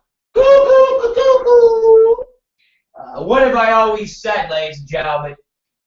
for the past month or so, and I've gotten shit and a lot of crap on my program from different racist viewers that I have that call me up and they yell at me because I've said things on the lines of, why is Anne Frank, the Diary of Anne Frank book, such a vital piece of American history in the books, textbooks, and required reading, but there ain't no goddamn books on slavery.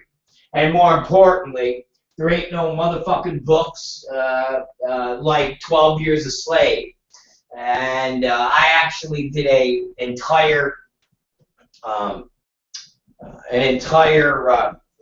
routine, a bit on this, and I got blasted with people yelling and screaming. Well, I guess somebody's listening to the Rob Black Show. I guess somebody feels that Rob Black is a friend to the black man, because let me read you this. NSBA partners with filmmakers to distribute 12 Years a Slave to public high schools. Let me repeat that again. About a month ago, Rob Black was screaming that 12 Years a Slave should be required reading in all public schools in the United States of America. If the Diary of Anne Frank and knowledge of the Holocaust, which happened in Nazi Germany, not in the United States, and the Holocaust was done by the hands of Adolf Hitler, not an American citizen, I could not fathom and understand why 12 Years a Slave would not be required reading, considering slavery took place here in America and continues to take place and was perpetrated by American citizens. I always felt it kind of bizarre that we take the slavery issue and just kind of sweep it under Paula Deen's rug. Nonetheless, I've gotten a lot of criticism and people bitching and moaning at me. Some people even call me anti-Semitic, which I'm not really sure what that means when I condemn all religion. But I guess the Jews, if you question and make fun and denounce their religion, have a special word for it. But you can make fun of Christians, you can make fun of Muslims, and you can make fun of Mormons and talk about magic underpants and things like that. And there's no special snappy words for that. But if you say, I hate that fucking Jewish religion, they go, oh, you anti-Semite? And you're like, whoa, whoa, whoa, what do you mean anti-Semite? How do you figure that?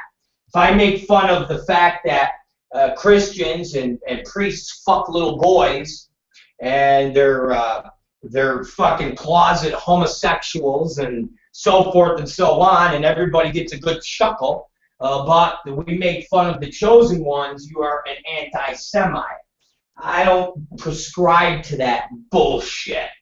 And if I was only condemning Jews and their Jewish faith, then I understand it. But I condemn all religion, and I am pro no religion. I am pro no invisible man in the sky.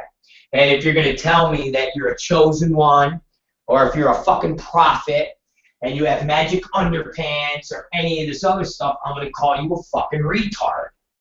Plain and simple.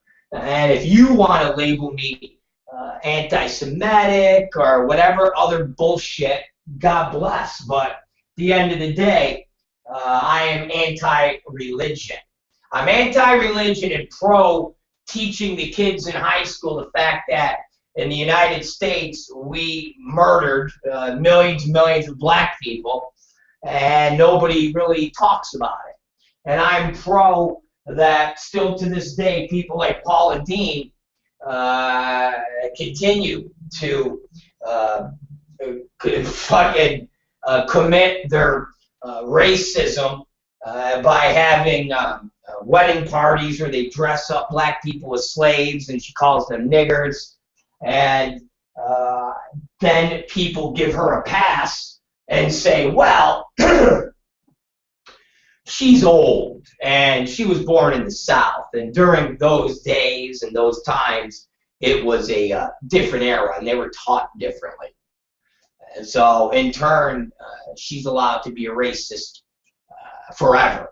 And I don't believe Kentucky Fried Chicken should make ads that show little black girls in China being loaned for home, which is the United States of America, and they're sitting there being made fun of by little Oriental girls. And at the end of the commercial, to make the girl happy, they grid her and bring her to a fried chicken place and say, hey, little nigger, here's some fucking fried chicken. This will make you happy in China. I find that incredibly offensive. Again, as a comedian, it's one thing. That's what we do. We make jokes. But as a fast food restaurant, you're there to serve people food, not to make social jokes or social commentary. And I made the equation of creating banking commercials, which we see all the time. And instead of just average people going in and they're like, here at Wells Fargo, we're here to help you. If they just showed every banker with little yarmulkes on their hat, and their name was, you know, Barry Goldstein, and the guy was like, can I help you? Can I help you with the loan? Who would accept that? I sure know nobody in American culture would accept that.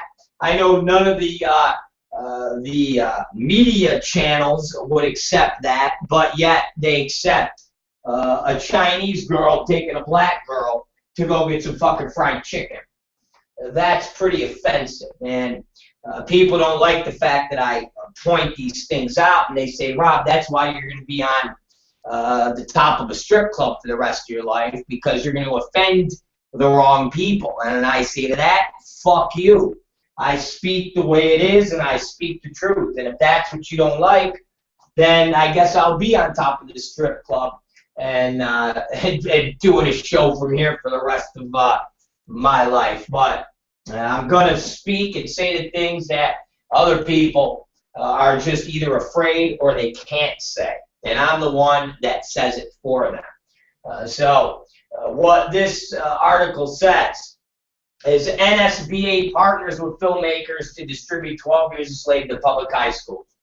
The National School Boards Association is partnering with New Regency, Penguin Books, and the filmmakers to distribute copies of the acclaimed film, book, and study guide, 12 Years a Slave to Americans' public high schools.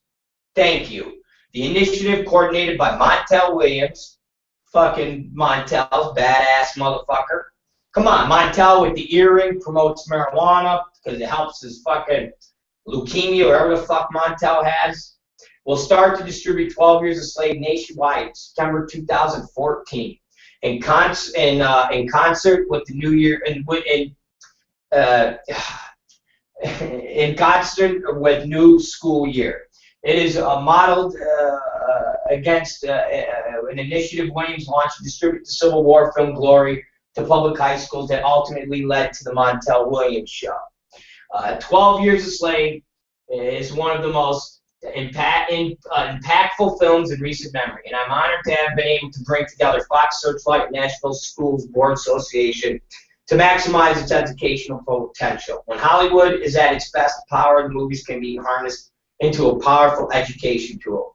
This film uniquely highlights a shameful period in American history, and in doing so will evoke in students a desire not to repeat the evils of the past while inspiring them to dream big of a better and brighter future, and I'm proud to be part of that, said Williams. Since first reading 12 Years a Slave, it's been my dream that this book be taught in schools. I am immensely grateful to Montel Williams and National School Board Association for making this dream a reality and for sharing Solomon Northrup's story with today's generation, said Steve McQueen, director of 12 Years a Slave. 12 Years a Slave is an award-winning film that depicts the harrowing tale of a New York State-born free black man kidnapped in Washington, D.C. in 1841 and sold into slavery. The groundbreaking film won this year's Golden Globe Award for Best Motion Picture, a drama, the Critics' Choice Award for Best Picture, the PGA Award for Best Picture, BAFTA Award for Best Film, and nominated for 9 Academy Awards and won Best Motion Picture of the Year, along with Best Supporting Actress of the Year. The National School Board Association is honored to partner with Fox Searchlight Pictures and Penguin Books to ensure that every public high school student in America has the opportunity to stare at the stark realities of slavery in the eye through book and film, said NSBA President David A. Pickler.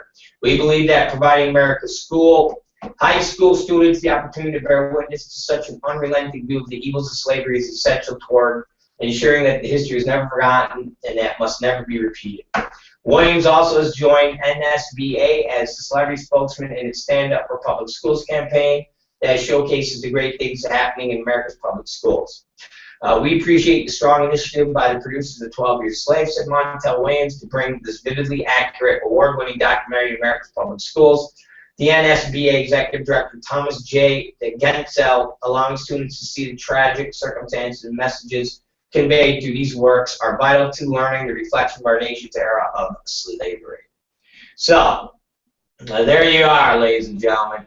And I appreciate NSBA and Montel Williams for listening to the Rob Black Show. Taking the cue from Rob Black and saying that 12 Years a Slave should be required reading in every goddamn school in America. And if you have Diary of Anne Frank that is given to all the school children, that 12 Years a Slave should be at the forefront of Diary of Anne Frank. Again, Anne Frank wasn't sitting in an attic in Florida waiting for people to come in and kill her. She was in Nazi Germany waiting for the Third Reich to come up at the behest of Adolf Hitler to come and take her to a camp. And that wasn't the United States of America. Sorry about that. Didn't happen here. But I can show you countless children that were fire hosed, fed to dogs, and thrown in prison. It's a horrific what the United States did to black people during the time of slavery. And they still continue to do it today. If you go to pockets of the South, there is still slavery. You still have people that are butlers. You still have people that are maids. You still have people that are treated less than human. They're paid less than human wages. But there's nothing anybody can do because they're in the deep pockets of the South. And if these black people say anything, the old sheriff will come and lynch them. It happens all the fucking time. We just don't hear about it. The media doesn't report on it because nobody cares about a bunch of poor black people in the South.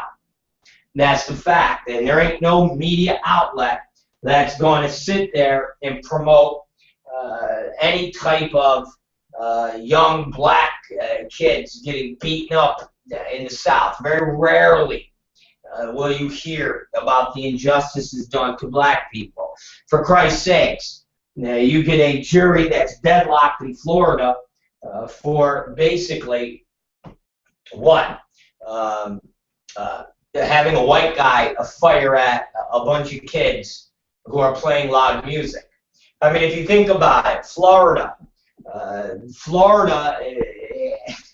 the threat that exists in Florida to their fucking safety are black kids with Skittles and radios. But seriously, that's it. If you got loud music and you got Skittles, forget about it. You're done. That's all you got to give it. Well, little did we know that you don't even need guns anymore in Florida. All you need is a black teenager with some Skittles or a boombox, and they will fucking strike fear into every white citizen in the state of Florida. Goddamn, I mean, all them black kids ought to know by now that, Skittles, what would they do with a Baby Ruth? Baby Ruth would probably get them to rob 4 or 5 banks. They go in there, hey, listen, I need all the money in this bank. I'm going to fucking kill you with this Baby Ruth. Okay? And after I kill you, give me the fucking money, fill this bank. Marvin. Yeah, Marvin, put down that Walkman, will you please? Put down the Beats headphones sticking out so that all these white folks can hear the music. Stop that. Stop it. Put all the money. Hey, listen, Whitey, if you don't give us the money in Marvin's bag, he's going to put those Beats headphones on all of you, okay? He's going to make every single one of you listen to it on 10. So put the fucking money in the bag. That's Florida, ladies and gentlemen. I know some of you who aren't into current events. Skittles, Trayvon Martin, that's who he got killed over. And the other gentleman, the young black kid that got killed, was playing loud music in a parking lot with his buddies. Bunch of high schoolers are jamming fucking LL Cool J in the fucking parking lot. And a white guy fired 15 shots into the car. He got convicted on like 3 of the charges or 2 of the charges, and they were a hung jury on the other one. Like they were confused. Yeah, was it attempted? Was it murder? We don't know. We don't know. White guy gets out of his car and says, "Hey niggers, turn your music down. It's too loud." And they're like, "What?" And he goes, "Bang, bang, bang, bang, bang, bang, bang. Stop. Reload. Bang, bang, bang, bang, bang, bang, bang." As they're driving away. Fleeing as their friend's fucking bleeding to death. And then the white guy gets back in his car, his girlfriend comes out. Goes, "What happened? What was all that sound?" "Nah, it's a fucking bunch of spooks." They get in the car and they drive away and go have pizza. And then the next day the guy calls the cops. He's like, "Yeah, I shot a couple spooks. But they scared me. They scared me. They scared me with their gun." "Well, we didn't find a gun." "You didn't have a gun?" "Oh, thought he had a gun." "Well, hey, man, I felt threatened, so I stood my ground." "Okay.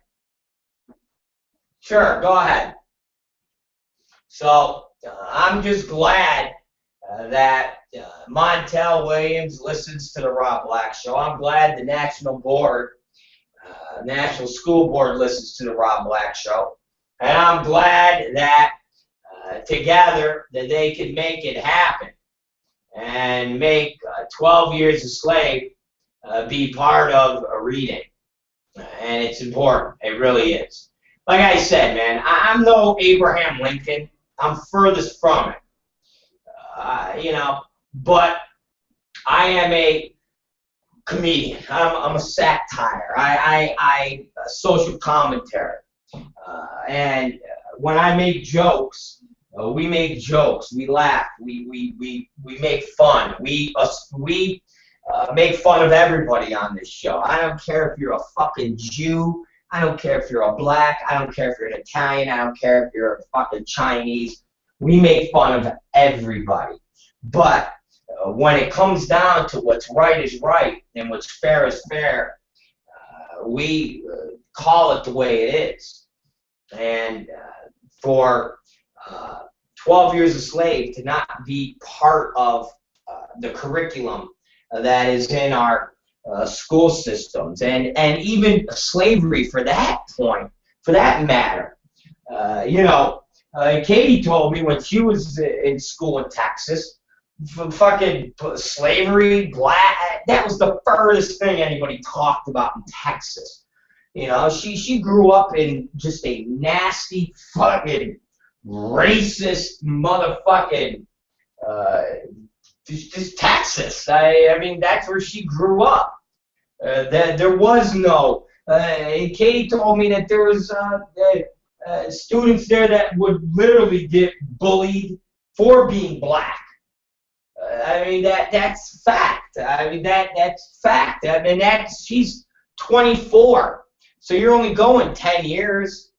I mean, there's still pockets of the country that are extremely racist, and people don't fucking care. Jesus Christ! I mean, that's perplexing to me. It really is perplexing to me that there are aspects of this country that exist where it is completely all right to be racist. I ain't talking about your jokes again. Fuck, man. You know, this country either gets too sensitive or not sensitive enough. We never have a real balance. You know, you're either so uncaring that you shoot unarmed black kids who got Skittles, or you say one little word and you're going to have everybody from the defamation leagues here, and you're anti this there. It's just, it's an amazing. Just like the Phoenix, the Arizona gay legislation, and any of the legislation that is anywhere happening in these southern states that are straight up using religious freedom to discriminate. And this goes along the lines of teaching the 12 years a slave and slavery. You can basically use this religious freedom for anything, but it's all depending on how you want to use it. Meaning this Arizona law that they tried to pass, that was vetoed by Jan Brewer, and other bills that are popping up in different states that are using the term you are allowed to discriminate based on religious beliefs. And everybody is just attacking gays because the Bible states that God hates fags, basically is what it says. Now, I've been to the belief that if you really want to go and be completely by the Bible also is against eating fucking seafood, but everybody eats seafood. The Bible is technically for slavery and against blacks. The Bible's for stoning women, and if you want to be technical and you want to follow in the path of what religion teaches, guess what? If I was a Christian, if I was a Catholic, if I was practicing, guess what? And this is going to get a lot of gasps from everybody. But if I was in a state that says I can discriminate based on religious preferences, I can refuse to deal with Jews. I can easily say I will not deal with Jews. It is against my religion. They killed Christ. They're Christ killers. And my God, they killed. And we don't like Jews. Says it right here in the Bible. No Jews. There you go. So I'm not dealing with them. And I'm going to put a big sign outside of my restaurant that says, no Jews. How do you think that would go over, ladies and gentlemen? Think that'd go over real big?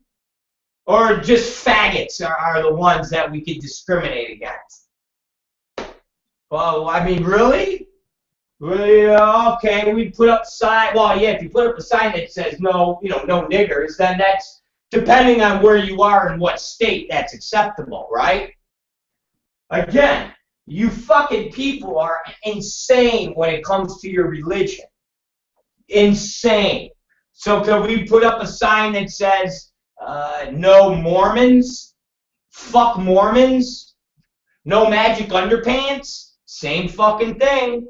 Is against my religious beliefs. I can, and vice versa. Any of these religious groups can discriminate against other people. Remember, in the Jewish culture, they don't believe in marrying outside of their own. So a Jew man is not supposed to marry a non-Jew woman. So in theory, Jews can create businesses and say it's our religious beliefs that we will not deal with Christians. You believe in a fake God. You're not the chosen one. You're not going to the special land and getting sent up to the sky with our special God. These are all the things that these religious rules state. They're all the same rules that these religious states. And another thing that's perplexing to me, when a black decides to get religious, and when I say religious, if they get a little Louis Farrakhan on motherfuckers, that seems to be the crazy, radical stuff. But I'm not real sure why that is. Again, religion seems to be based on the media. And people's reactions to religion seems to be based on the media.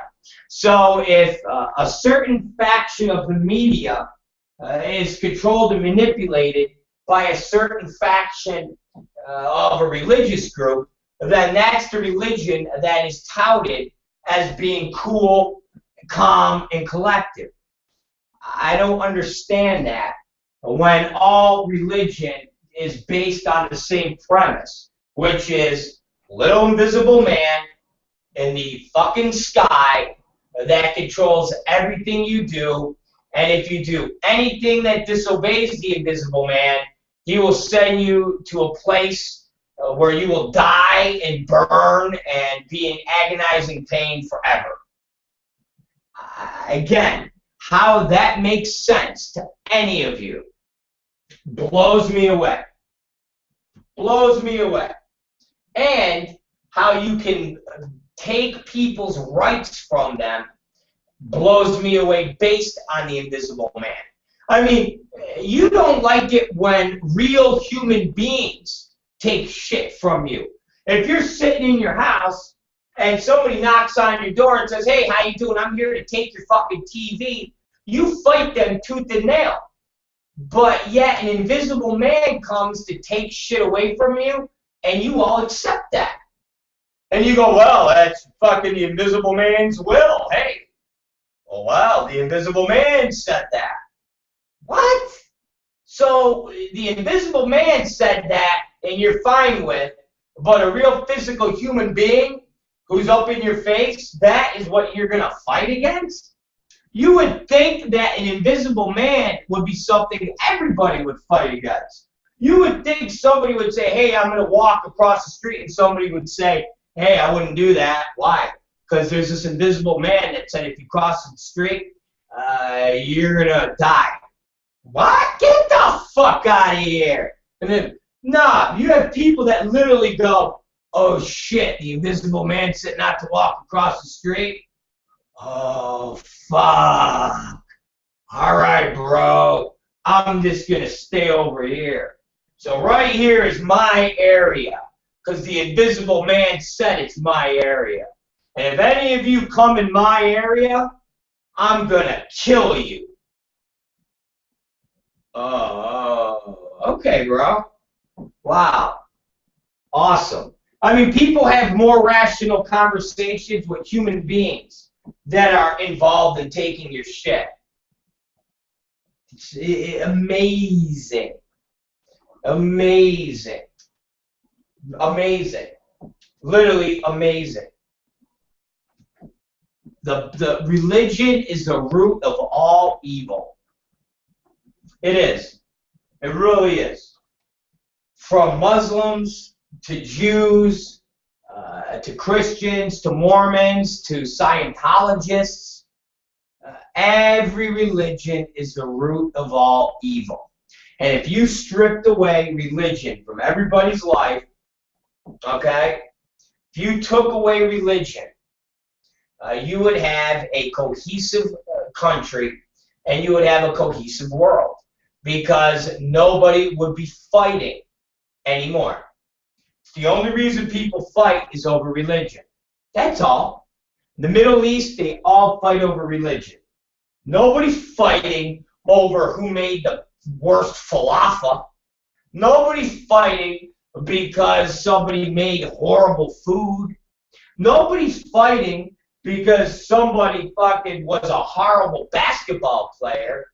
They're all fighting because somebody says, the invisible man gave me this piece of land, and you guys are fucking with my land, and I'm going to kill you for it.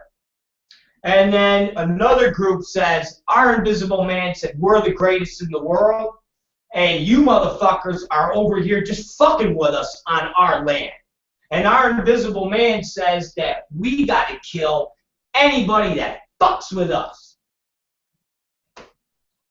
And then our country, you have all these religious nut jobs who say this. Our invisible man is against all of you American citizens. So if you're a fag, we're against you. Some areas, if you're black, we're against you. In some areas, if you're fucking a non-believer, we're against you. Shit. In some areas, if you don't pray to a fucking snake, a snake charming motherfucker, in the deep south and they dance with snakes, we're against you. All these motherfuckers are all based on an invisible man in the sky that nobody can see, nobody can hear, nobody can talk to. All anybody says is, well, you got to have faith. Faith? You got to have faith. That's what you have in Derek Jeter hitting a fucking home run, okay, in the bottom of the ninth. I got faith Derek's going to do it. Fuck, he struck out. What happened? God didn't want him to hit the fucking ball. You really fucking think God is sitting up fucking heaven in this invisible place watching a fucking baseball game, drinking a fucking beer, talking about, I'm going to make Derek Jeter hit a home run today. Fuck it. Yep, you hit a home run, motherfucker. Boom, hit a home run. So the same person that has Derek Jeter hit a home run is the same person that has a bunch of fucking towel heads fly into a fucking building in New York City on September 11th. That's the same person. Oh, it's not the same person. That person was a fucking Muslim god, right? Now, here's my question. Don't you think the Muslim god would fight with the baseball god? Don't you think that Derek Jeter's god that gave Derek Jeter the home run or gave fucking the Olympic U.S. hockey team back in the days where he says, do you believe in miracles? Yes!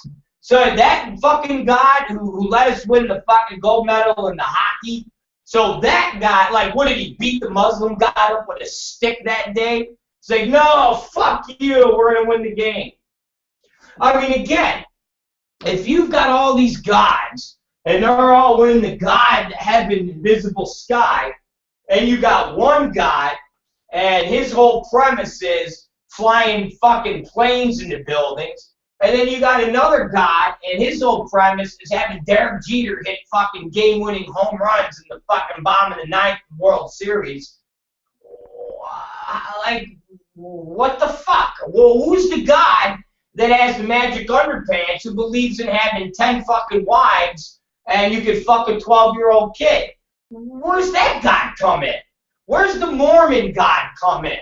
Like, that dirty motherfucker. Like, what did they put him in a cage somewhere? He's just in the cage? And then the Jew God, where the fuck is he? Remember, that motherfucker believes everything. He's like the God that has home field advantage. And he's like, hey, man, everything comes through my fucking backyard. And they're like, fuck you. We ain't, no, you don't got home field advantage, cocksucker. And then God's like, oh, no, I'm the Jew God. I'm the chosen one, and everything comes through my backyard. And you got the other gods, and they're like, asshole, your home field is the desert. Fuck the desert. All right? That's like playing the Super Bowl in New York City during the fucking winter. Fuck you. We want to play in Florida where the weather's beautiful.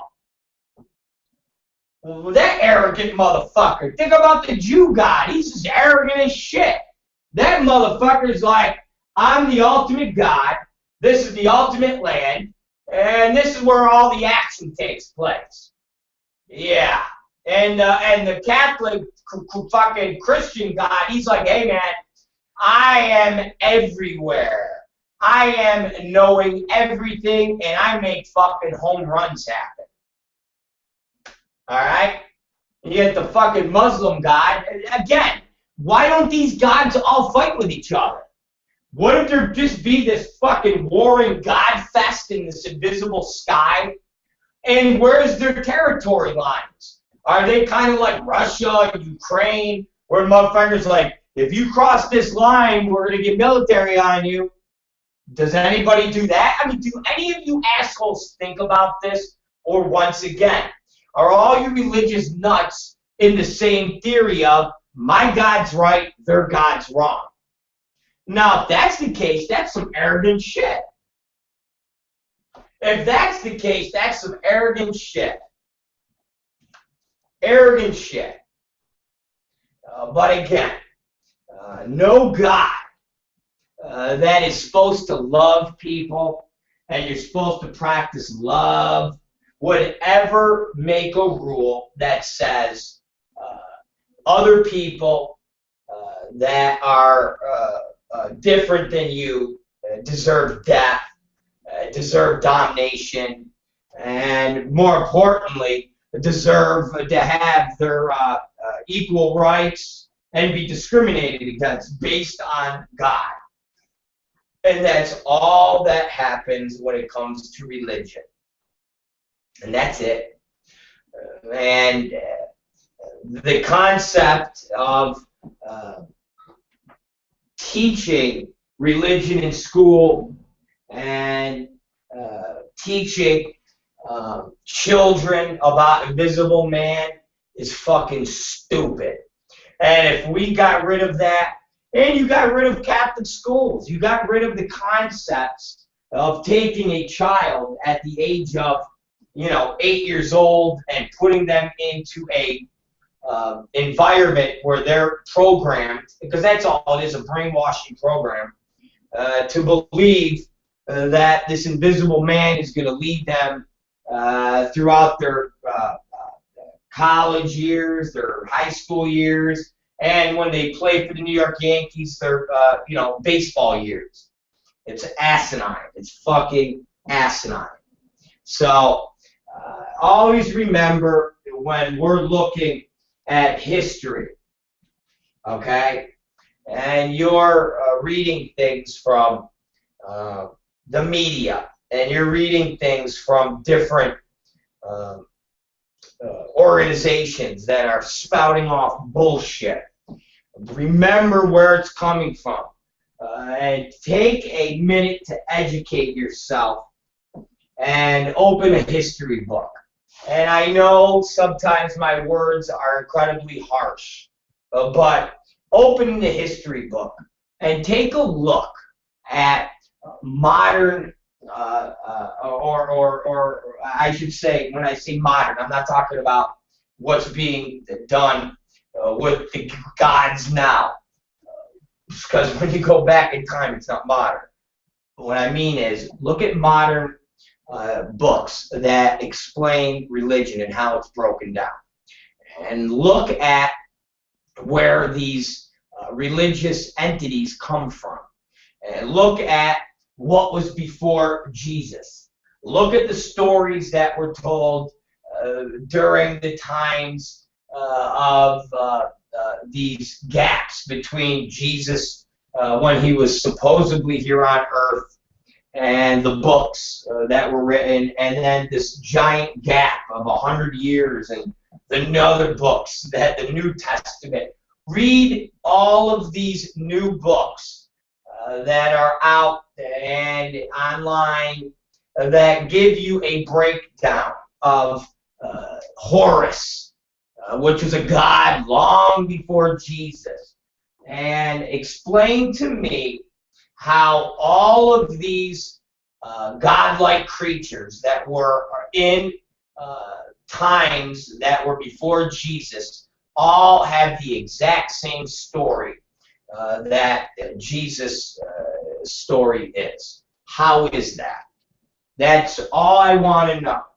How is it that all of these stories have come long before Jesus, but yet they're the exact same stories of Jesus? How is it that when people talk about how old the earth is, the religious freaks, but yet you can cut open trees and you can do soil samplings and actually state by factual evidence that Earth has been around thousands of years longer than religious people say God created it? How do you take into account all of the stuff that is out there? And you can't just dismiss it as bullshit and walk away. You actually have to disprove these concepts. And nobody can. And ladies and gentlemen, before you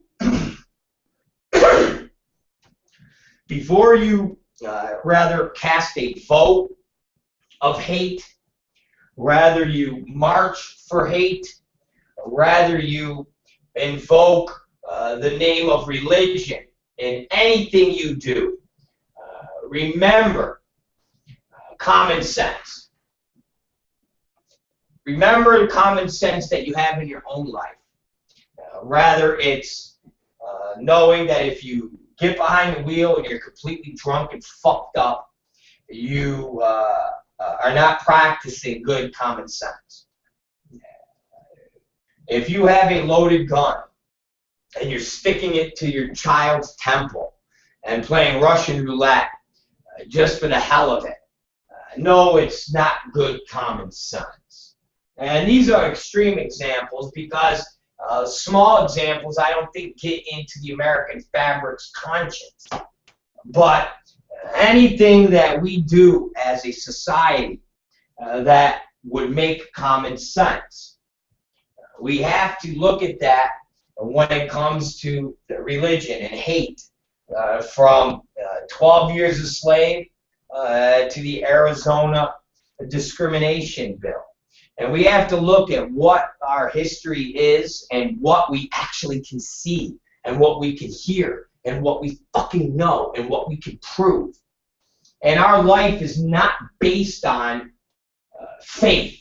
Our life is not based on hope that an invisible man is going to let Derek Jeter hit a home run. We need to know that Derek Jeter went home the night before and got a good night's sleep. And we gotta fucking hope that Derek Jeter did all of these things to make him get up to bat and hit a fucking home run. We're not sitting there saying, oh, I got faith in an invisible man. Just like the concept of practicing hate with a bill in Arizona and other states that are trying to pass this bill based on an invisible man in the sky telling people to have slavery, telling people to practice hate, and telling people to discriminate. That's crazy. That's lunacy. And it's something that we can't tolerate. Ever. Ever. So, I'd like to thank Montel Williams, my good brother, because he knows that the Rob Black Show is friend of the black man. And I want to thank Montel. I want to thank the NSBA for listening to the Rob Black Show, and let that carry on to the other states and the other places that want to pass these shitty laws and forget where we come from. And if we just remember where we come from, and that is slavery, and that is our own discrimination and our own hatred. You don't need religion to fuel this, and religion is the root of all evil. So let's take a break, and when we come back, we're going to jump into some pornography news, because I know you guys love porn news. I don't know if anybody's got AIDS. Maybe they do. Maybe they will. Maybe somebody will get AIDS. I don't know. It's a hope. It's a hope. Maybe somebody will get gonorrhea. It's a hope. Anyways, we'll be right back, and we'll get going onto AIDS. We'll get going back on AIDS, because AIDS is always good to talk about. Anyways, it's the Rob Black Show, and let's talk about a little day that never comes.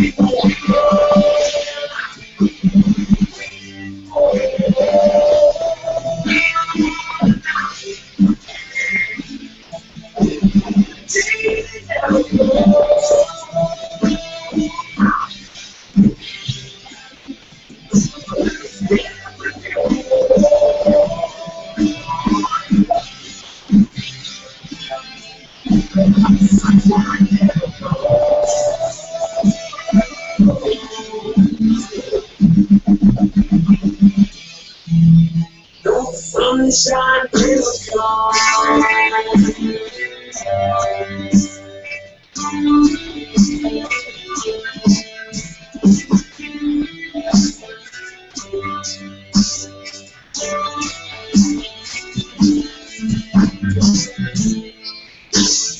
Push across that line, down the side. Hide yourself, hold yourself, you'll have your time. Come this day, to get that one day. I'll end this day, I'll stop, on this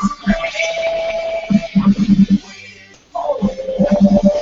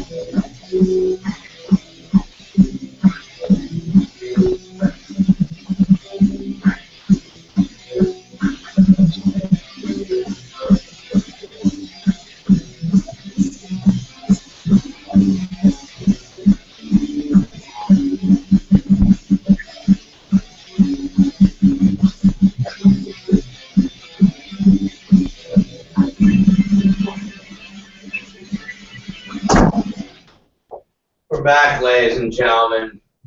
It is the Rob Black Show. The Rob Black Show. We're live. How's it feel to be live? How's it feel to be live? Oh, man. How's it feel to be alive? We're alive, and we're broadcasting to you. We've got about 25 minutes left in this great day. It's beautiful out. Wow, it's just really nice out. So it's exciting to see exactly the weather turning, and that makes it all more good. Got a new skin going up too, ladies and gentlemen. Not my own skin. All right, I'm not skinning myself. Okay, I'm not being a Nazi and skinning myself. But I have a new web skin that will be going up on the adult FYI site that Patrick made. It's pretty badass, if I don't say so myself. So we're gonna change that up. It's a little more lighted. It's gonna be it's white with a nice white background. So it looks pretty badass, and I think you guys will get a kick out of it. So that's starting to what the hell am I trying to say? Everybody is coming in right now. So, anyways, yeah. So I'm getting ready. Probably about an hour or so after the show, the new skin will go up, and you guys can see it, and it'll look badass, and you'll love it. And you'll be like, "Oh, it's great. That's great, Rob. Wow, fucking awesome." So that will go up when we're done, which is cool, and we'll go from there. Patrick's the man. Seriously. Oh, Jesus. Patrick's the man. He really is. He's a man of all fixing and building, and everybody loves Pat. Pat's got super love for Super Pat. So that's gonna be going up. What else was I gonna put up? Something else. A couple of the shows I think is going up. A couple of the new shows are going up. Trying to think what else I was going to tell you guys as far as programming and what's happening. But I don't know. It might come to me when I'm done. It might come to me when I'm done. But right now, the skin is pretty badass. I was just looking at it, and it's pretty fucking awesome. And I even think, format-wise, it's not even going to have to be tweaked at all. So I think, unlike the adult FYI skin that's up there now, we had to tweak it a little before. I don't think this is going to have to be tweaked. I think it's like just even more perfect than it was. So that's good. Anyways, let's get ready to do everybody's favorite porn news. And I'm fucking debating what to get into, if we're just going to go and scan around everything, or because there's some stories that were mildly amusing. There are some things that were probably insightful to go over, and then it's like it doesn't even matter because you people are fucking remember, guys, when I say you people, I'm not talking about my diehard Rob Black fans that they know I love, and I'm talking about the porn people that listen to me, that don't like me, and I don't like them, but they listen to me because they feel compelled to, and they cannot not listen to me. And I wonder if I should just go over things because it will help them and put them on a, like, what the fuck should we do? And it's like, do I even give a fuck? Seriously, it's like, do I even give a fuck about them? And do I want to even continue about giving a shit or whatever? I don't know. We'll see.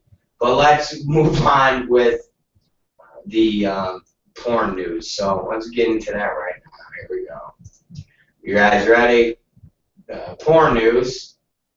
And we're going to it right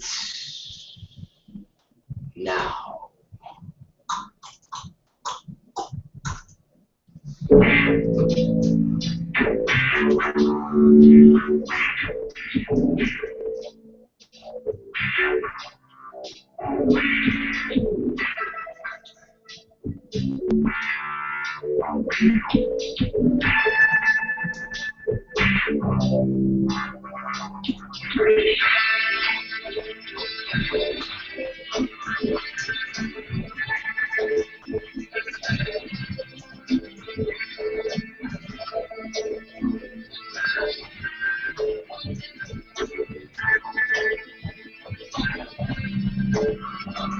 I want someone to do the black man handshake on my prick. Oh my God. Jesus, that's dirty. Alright, we're here into porn news, ladies and gentlemen. So let's start first. Go to Adult FYI. The only news that is mildly entertaining and incredibly fun. So go to the Adult FYI website. I implore you to go. I feel you will love it. I feel you will appreciate everything there is to view on the Adult FYI website, and that you might even jerk off all over yourself, but just go there and enjoy it. So we have the Happy Hometown Buffet birthday to Carla Lane. I guess her big birthday was this weekend. You could go and you at the buffet and eat and whatever, blah. Go on down to, we have some pornographic videos. You can jerk off all by yourself. That's on there. We have video blogs from Rob Black himself, which is 28 days in Black History Month. I'll tell you why, because it's fucking February, it's Black History Month, and nobody fucking cares. Go to the Liberal today than it was before. Look at the documentary that's in the works and the BBC documentary. All that stuff is great. It's awesome. Check it out, ladies and gentlemen, and you guys can view the stuff and see what's it's awesome. God damn it, it's awesome. And go there and read the stuff. Also, take a look at Jesus Christ. What else is on there? Just everything. Just go look at all the stuff. It's up there. It's good. You like it. It's entertaining, to say the least. Anyways, it's the Rob Black Show, and we're kicking ass. Go, God damn it, and look at the stuff. That's Adult FYI. We had the stuff up Friday. Some of the stuff was up Friday. Some of the stuff was up over the weekend. Some of the stuff was up, Jesus Christ, when was some of the stuff up? Sunday. We made updates throughout the weekend, and people liked it. So it's weird. I look to see what people look at more, and it really is bizarre at what bits people look at more on the website and what they look at less. It really is. People like inside a porn star's mind. So they like when I interview porn girls. They like Katie Summers reading the Extreme Thoughts book. They like that. They find that incredibly entertaining.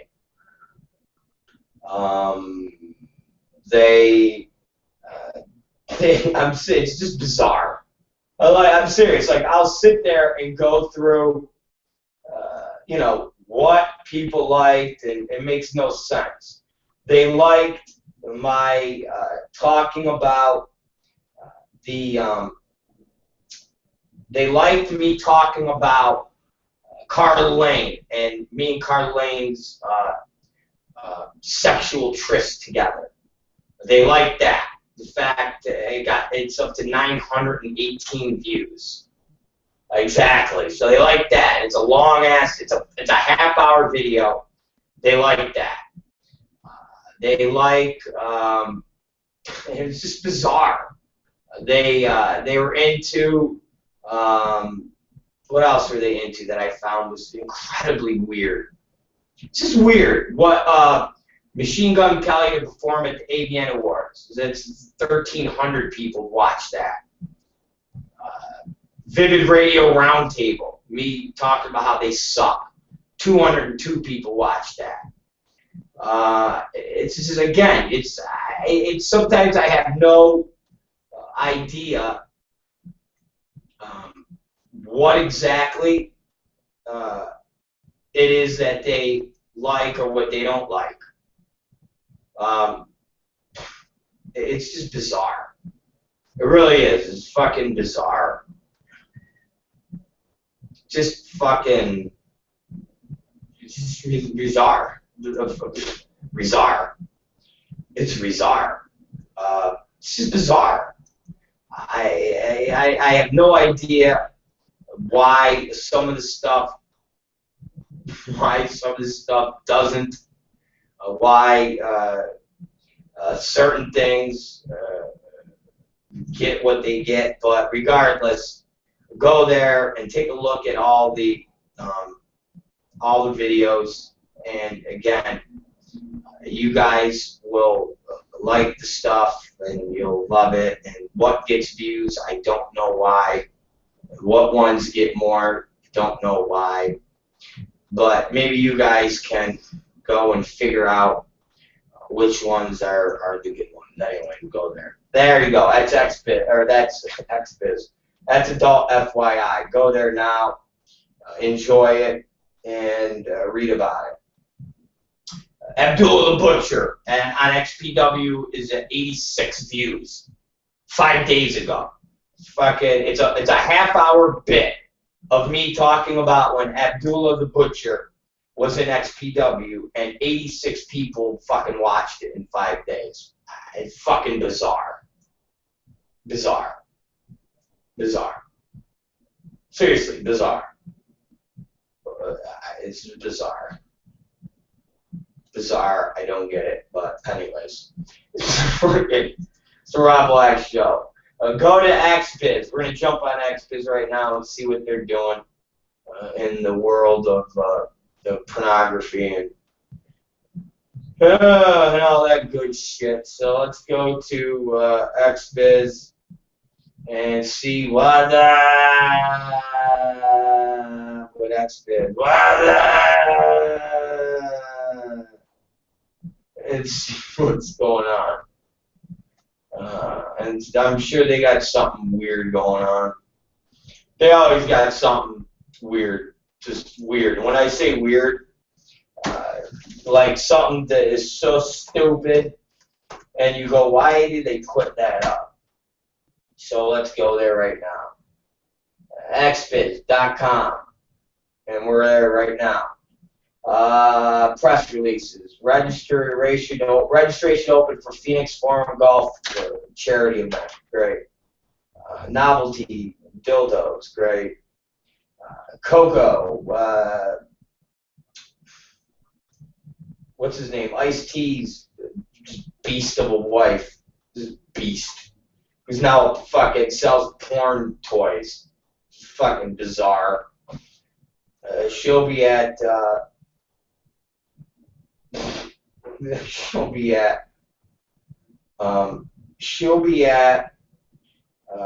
the El Dorado booth this month at the lingerie show in the Rio Hotel and Casino. Cool. Awesome. She'll be there. Beast Scow's got a new movie. Daily Beast, porn's behind the camera feminists. I wish you guys, you know what's so funny? You guys really have no idea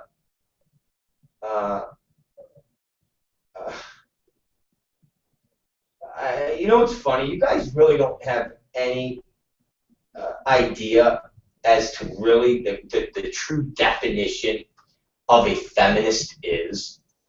You really don't. And a lot of you girls and a lot of you people, and to go through this right now, to right now during, maybe we'll do it tonight, but if you went to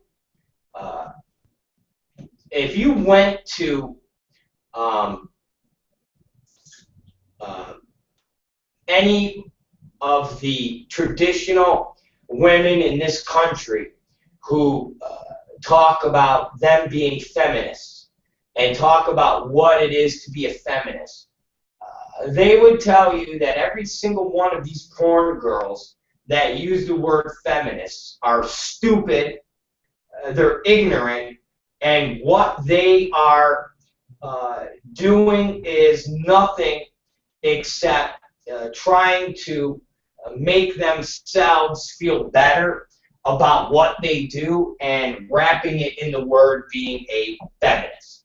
Because in theory, the true feminists of this country do not believe in pornography, and they are against pornography, and they think that pornography is basically something that degrades women.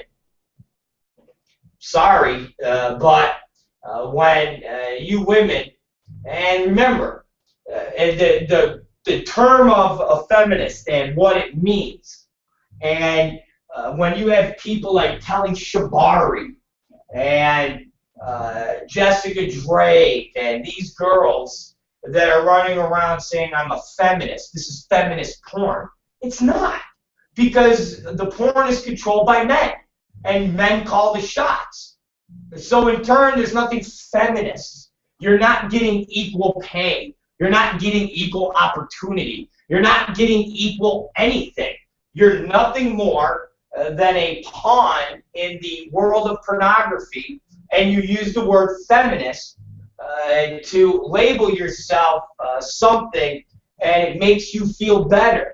But you're not. There is no woman production company that's owned by a woman, operated by a woman, and it puts women on the same playing field as men. That's a true feminist.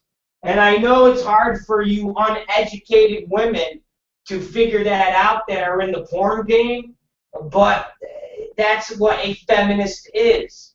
Do you need me do you need me to read that for you? Feminism is a collection of movements and ideologies aimed at defining, establishing, and defending equal political, economic, and social rights for women.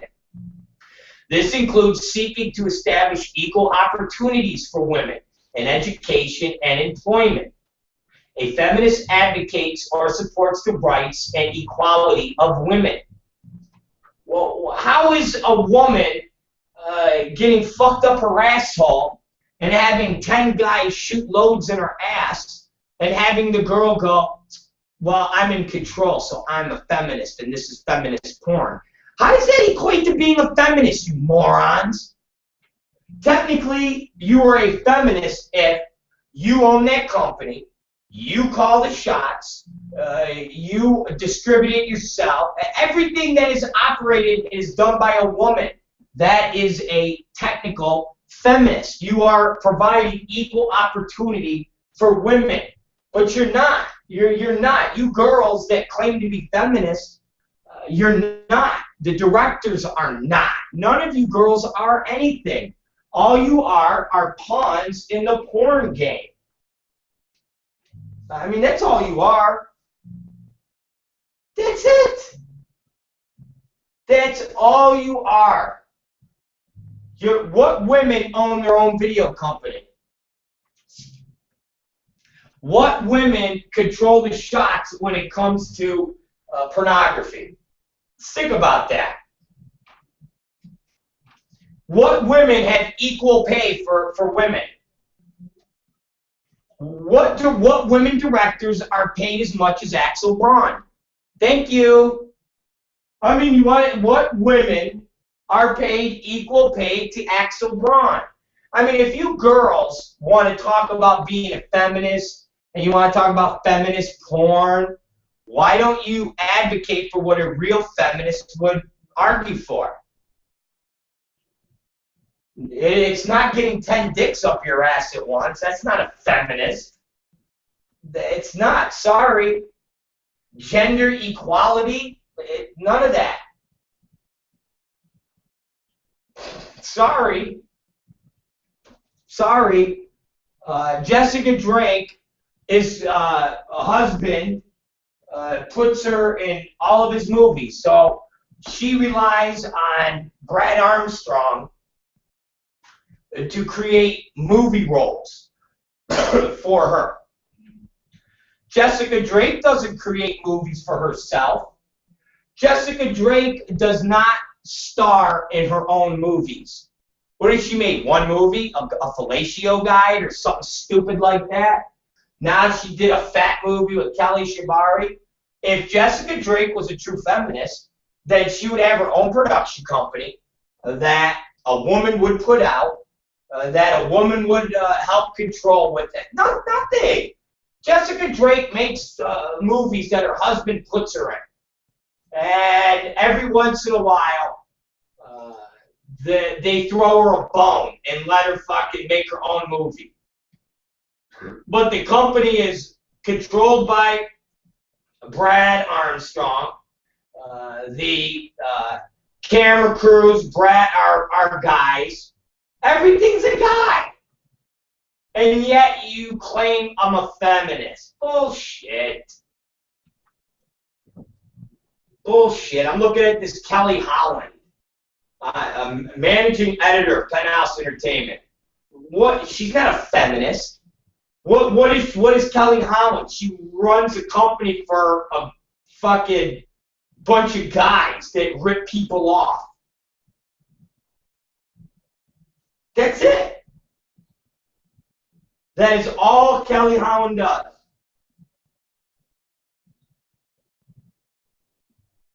That's all.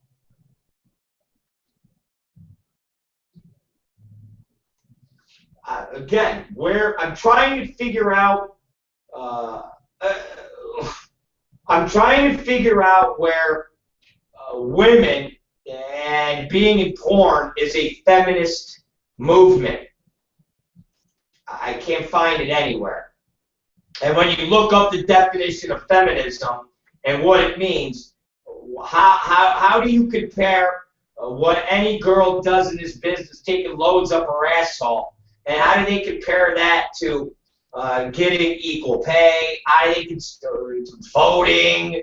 How? How does any of that? How? How does anybody do that? Minority women? You all know that black girls in this business make less than white girls.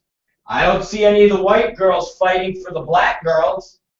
Doesn't happen.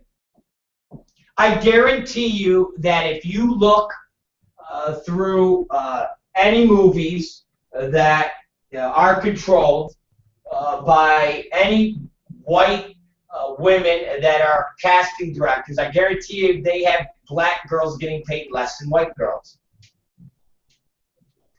I mean, again, you girls are so ignorant. All you're doing is using the word feminism to try to make yourselves feel better. You don't know what feminism really means. And if you went to anybody that is a practicing feminist and tell them that you're a fucking pornographer, they would look at you like you're the biggest piece of shit in the world. Because a woman would tell you that pornography is run by men. It caters to men. Everything about pornography is men. Go find Gloria Steinem, okay, who's one of the most famous feminists in the world. And go tell her that you're a pornographer. I get dicks crammed up my ass, and I'm a feminist. Gloria Steinem would tell you you're nothing but a scumbag troll. Okay?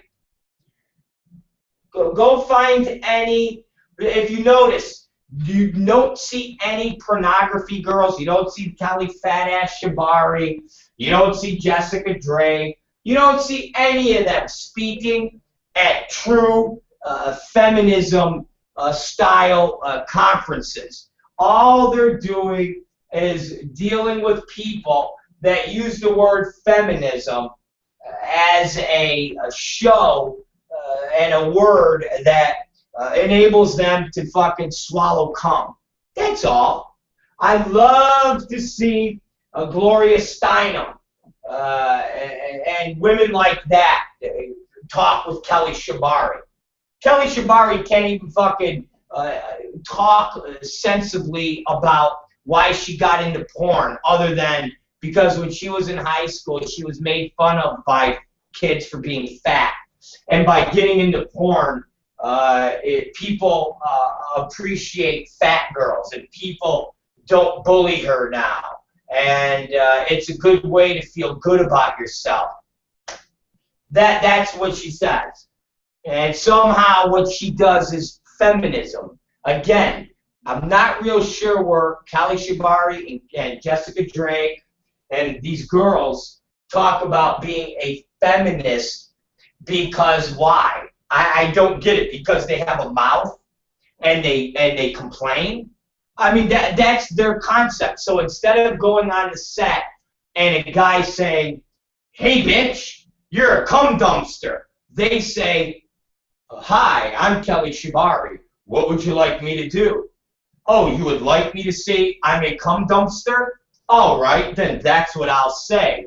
But you're not going to tell me to say it. I'm going to tell you that I'm going to say that. That makes me empowered, and that makes me a feminist, because I'm in control of telling you that I'm a dirty slut."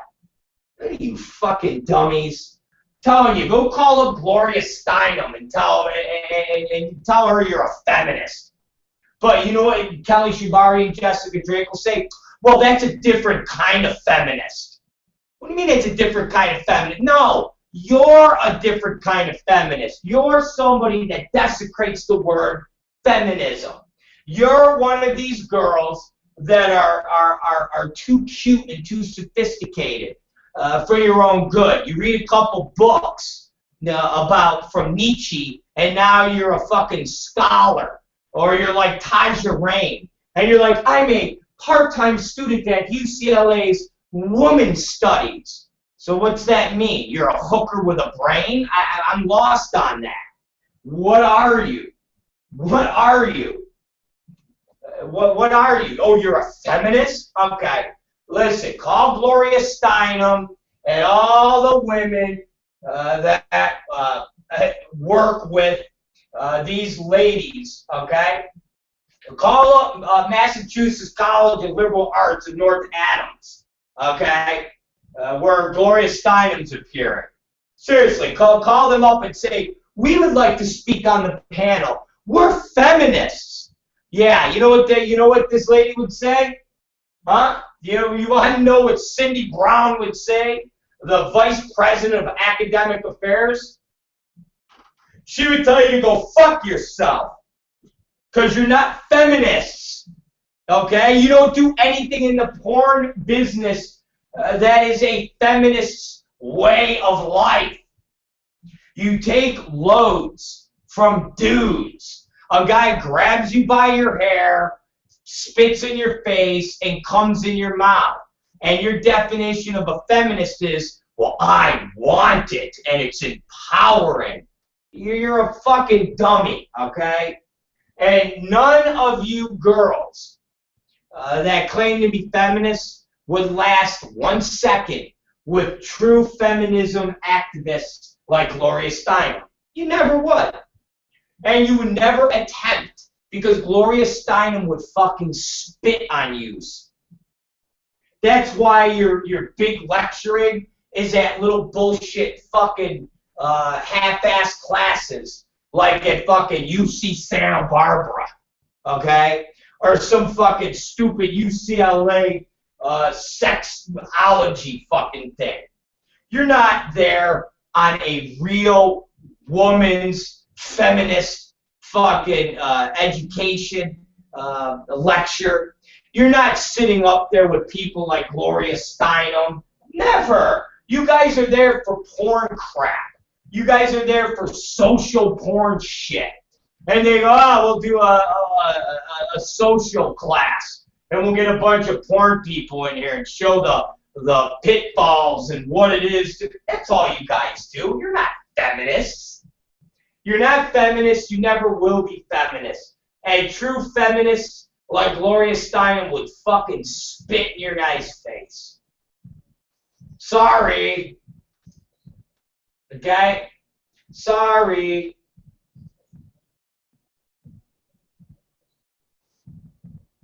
Let me ask you, Jessica Drake. Do you know what the true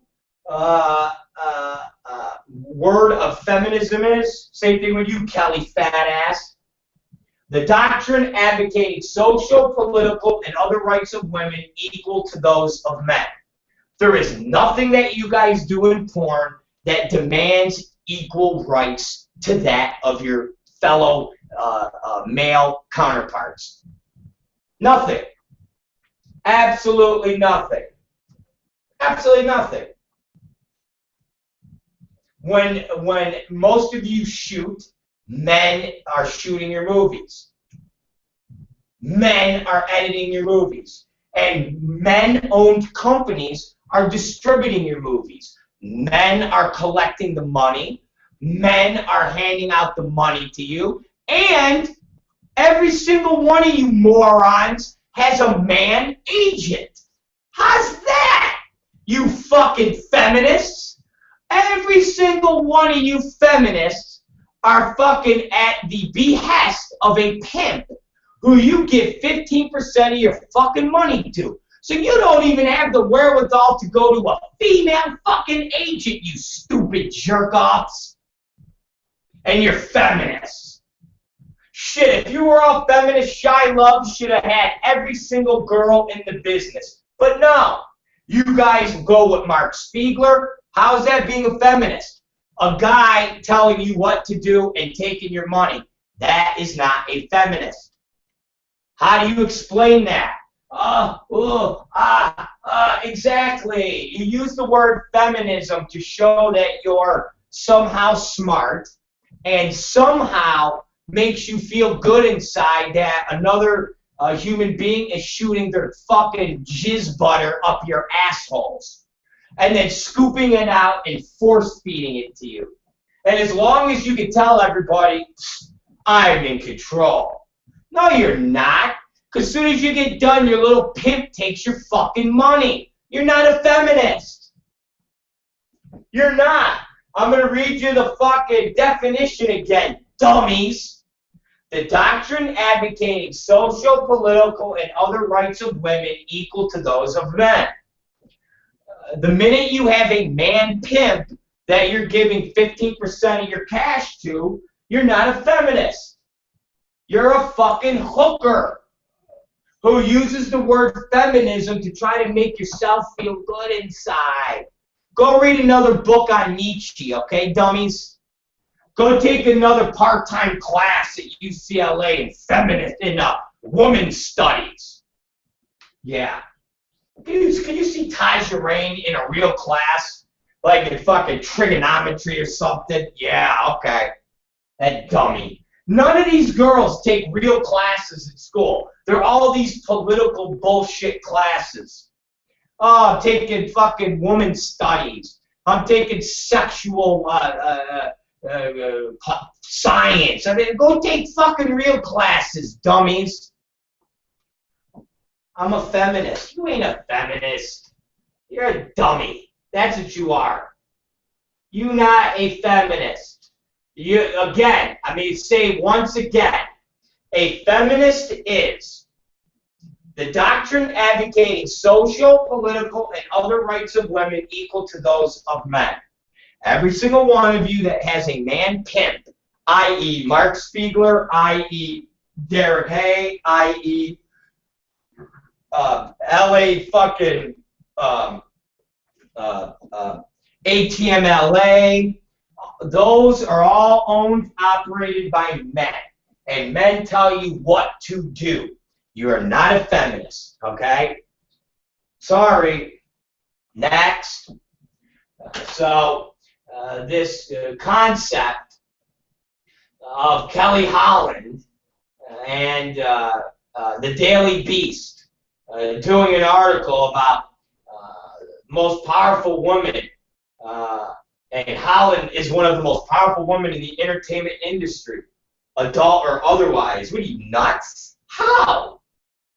Kelly Holland is the front person for a piece of shit company that we've already documented is nothing of the penthouse. It's owned by Mark Bell, an adult friend finder.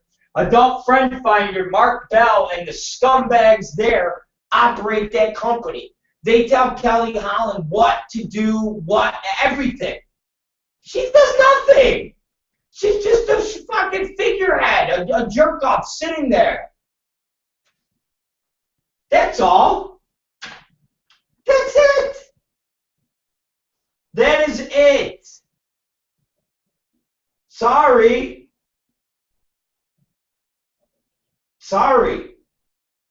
Ain't Angie Roundtree? Who the fuck is that? Isn't that,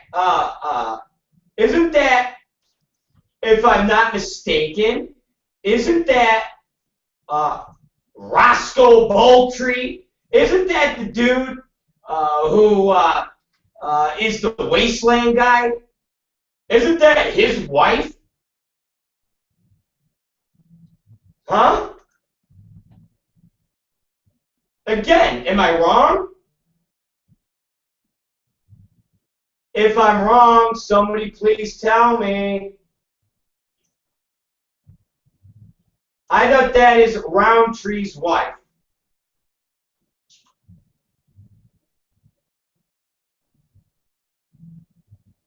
If I'm wrong, okay, cool. If I'm wrong, okay, I'm wrong. But as far as I know, ladies and gentlemen, that's Roundtree's wife.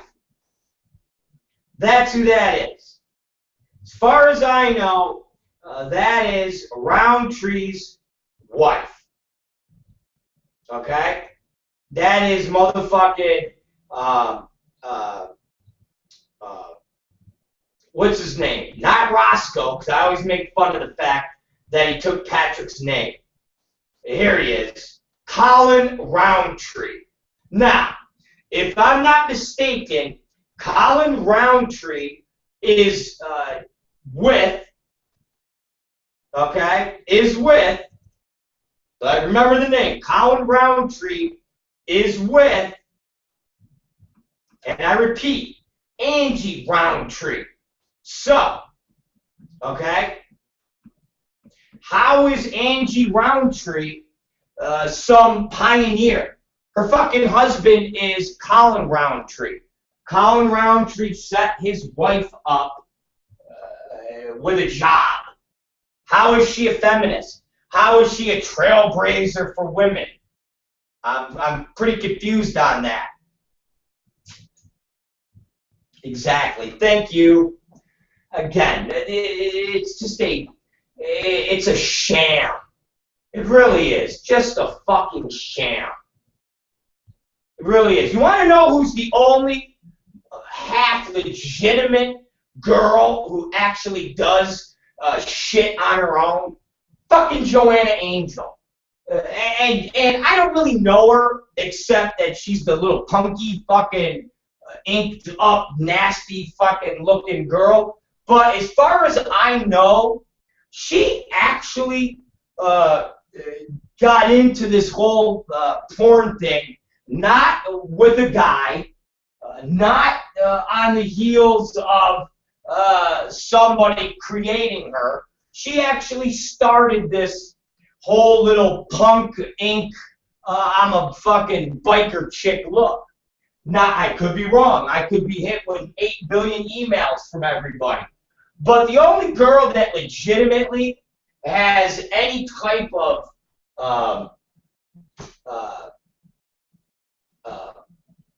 feministy creation, I would say, would be Joanna Angel. I've never seen Joanna Angel in a position where she's getting fucking gangbanged by 10 guys and Mark Spiegler's pimping her out and fucking she's doing fucking privates. And I've never seen Joanna Angel in a setting. I never heard of a guy named Bob Angel or Colin Angel, and then all of a sudden a Joanna Angel popped up, and it's like, oh hey, I'm the owner of SSH.com.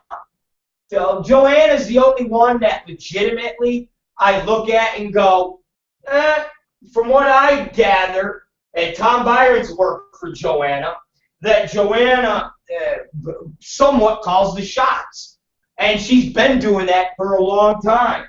She doesn't just do one movie every year, and her husband, Brad Armstrong, goes, there's your one movie, feminist. From what I understand, Joanna does all that stuff herself. She shoots camera. She gets Bryn Pryor to shoot camera. But for the most part, goofy Joanna Angel is writing stuff out, and she's really the real mind behind all of these Joanna Angel creations. Now, that I would consider as close to a true theory of feminism as you can. But that's about it. Joanna Angel is about as close to doing stuff on her own than any of these other girls. And for somebody to put Angie Roundtree in any type of a big innovator trailblazer is horrific. It's really horrific. Totally horrific. There's my the feminist porn take and what it really means to be a feminist, and the fact that it's a bullshit scam, and the true definition of a feminist is nothing to what these girls in our business try to prevail. And it's sad because they make themselves look stupid to everybody outside of this fucking porn business. And if they tried to get on a panel, they wouldn't even be invited to a real panel with real women that are considered feminists. It would never happen. Never fucking happen. So there you go. There's my porn news. After that, AVN has nothing. I'm going to AVN right now, you guys. AVN has nothing. They have NS Novelties. They got some tranny chick that signs with the tranny company. That's great. And that's it. And when you finish off with everybody's favorite Mike South, he has same, okay, he's got a bullshit thing on Manwin that they're looking for people for jobs. Great. And then before that, he did a whole big thing about Scott Sparks again. There you go. He's given it a history of Scott Sparks and his arrest records and blah, blah, blah, like anybody gives a fuck. And someone needs to pay him a visit. So I guess Mike South is advocating people going to beat up Scott Sparks. Someone needs to pay him a visit. He's approximately 5'8" inches tall, weighs 200 pounds, red hair, cut short, military fashion, green eyes. And he lies about his military. Who gives a fuck? All right, so there, Mike South has that. He's got Manwin, how they're hiring people to man their tube sites, I guess. Again, who fucking cares? Another slow day for Mike. And that's what he's got. All right, there's your porn news, everybody. You got feminists, Scott Sparks and Manlin, and transsexual signings. Awesome. Great day. All right, we're out of here. It's the Rob Black Show. Let's not forget, go to Adult FYI and see all the interesting, awesome shit we got up there. Go see Katie Summers, who's, I think she's camming now. I'm not real sure. She started late today. Why? Because it's that time of the month. It's the Woman's Month for Katie Summers, which means my fucking hot, creamy load did not impregnate her this month. That's what it means.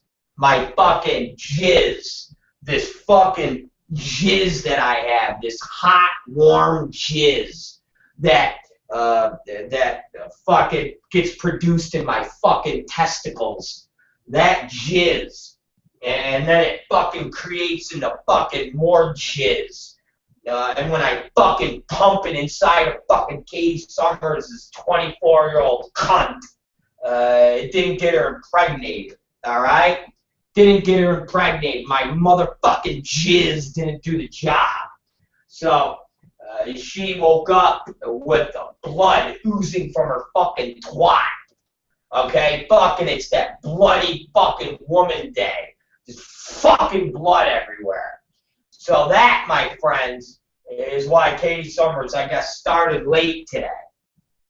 And she informed me that on her show today, for the, I guess, the little bit she's going to cam, she's not going to do nothing with her pussy. She's going to work her asshole out. So it's only asshole working. No pussy working. Only asshole working. So if you want to go and watch Katie Summers work her asshole, then you go to Katie Summers camming and see her work out her fucking sphincter. And, of course, go to the Rob Black Show and take a look at the new videos. And we'll be having a new site very soon. I'm very excited about it. And we're going to be having the new Katie Summers gossip site very soon. And we might even have a new segment by a beautiful, talented black girl, Alexandra, called Black Power. And I think that might be a segment we do on the show. And it's just going to be called Black Power.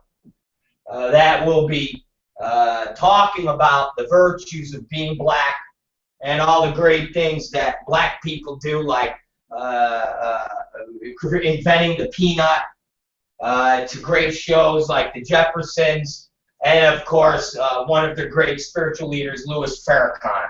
So that will be coming soon. We got a lot of things coming soon. So stay tuned. It's the Rob Black Show, and we're going to be back tonight at 8 p.m. with another entertaining, exciting program. And we'll talk about some porn stuff we didn't get to today, because there was a funny story about Kelly Shabari and Jessica Drake making a movie called How Much Food Can I Eat? And then get fucked without throwing up everywhere, because I got fucked too soon after I ate a buffet at Carla Lane's birthday party. End of movie name. I know it's a long movie name, but for Christ's sakes, that's the goddamn movie name. Anyways, tune in tonight at 8 p.m. For more of the Rob Black Show. And ladies and gentlemen, I know you're not going to be too excited about this, but I'm excited about this. I actually feel, I already feel a shit building up. Fucking awesome. Fucking awesome. I'm coming back to regularity. So we'll leave you with that. Okay? We will leave you at that. And we'll see you guys tonight at 8 p.m. And as always, it's our favorite song. What is that? A little closing time.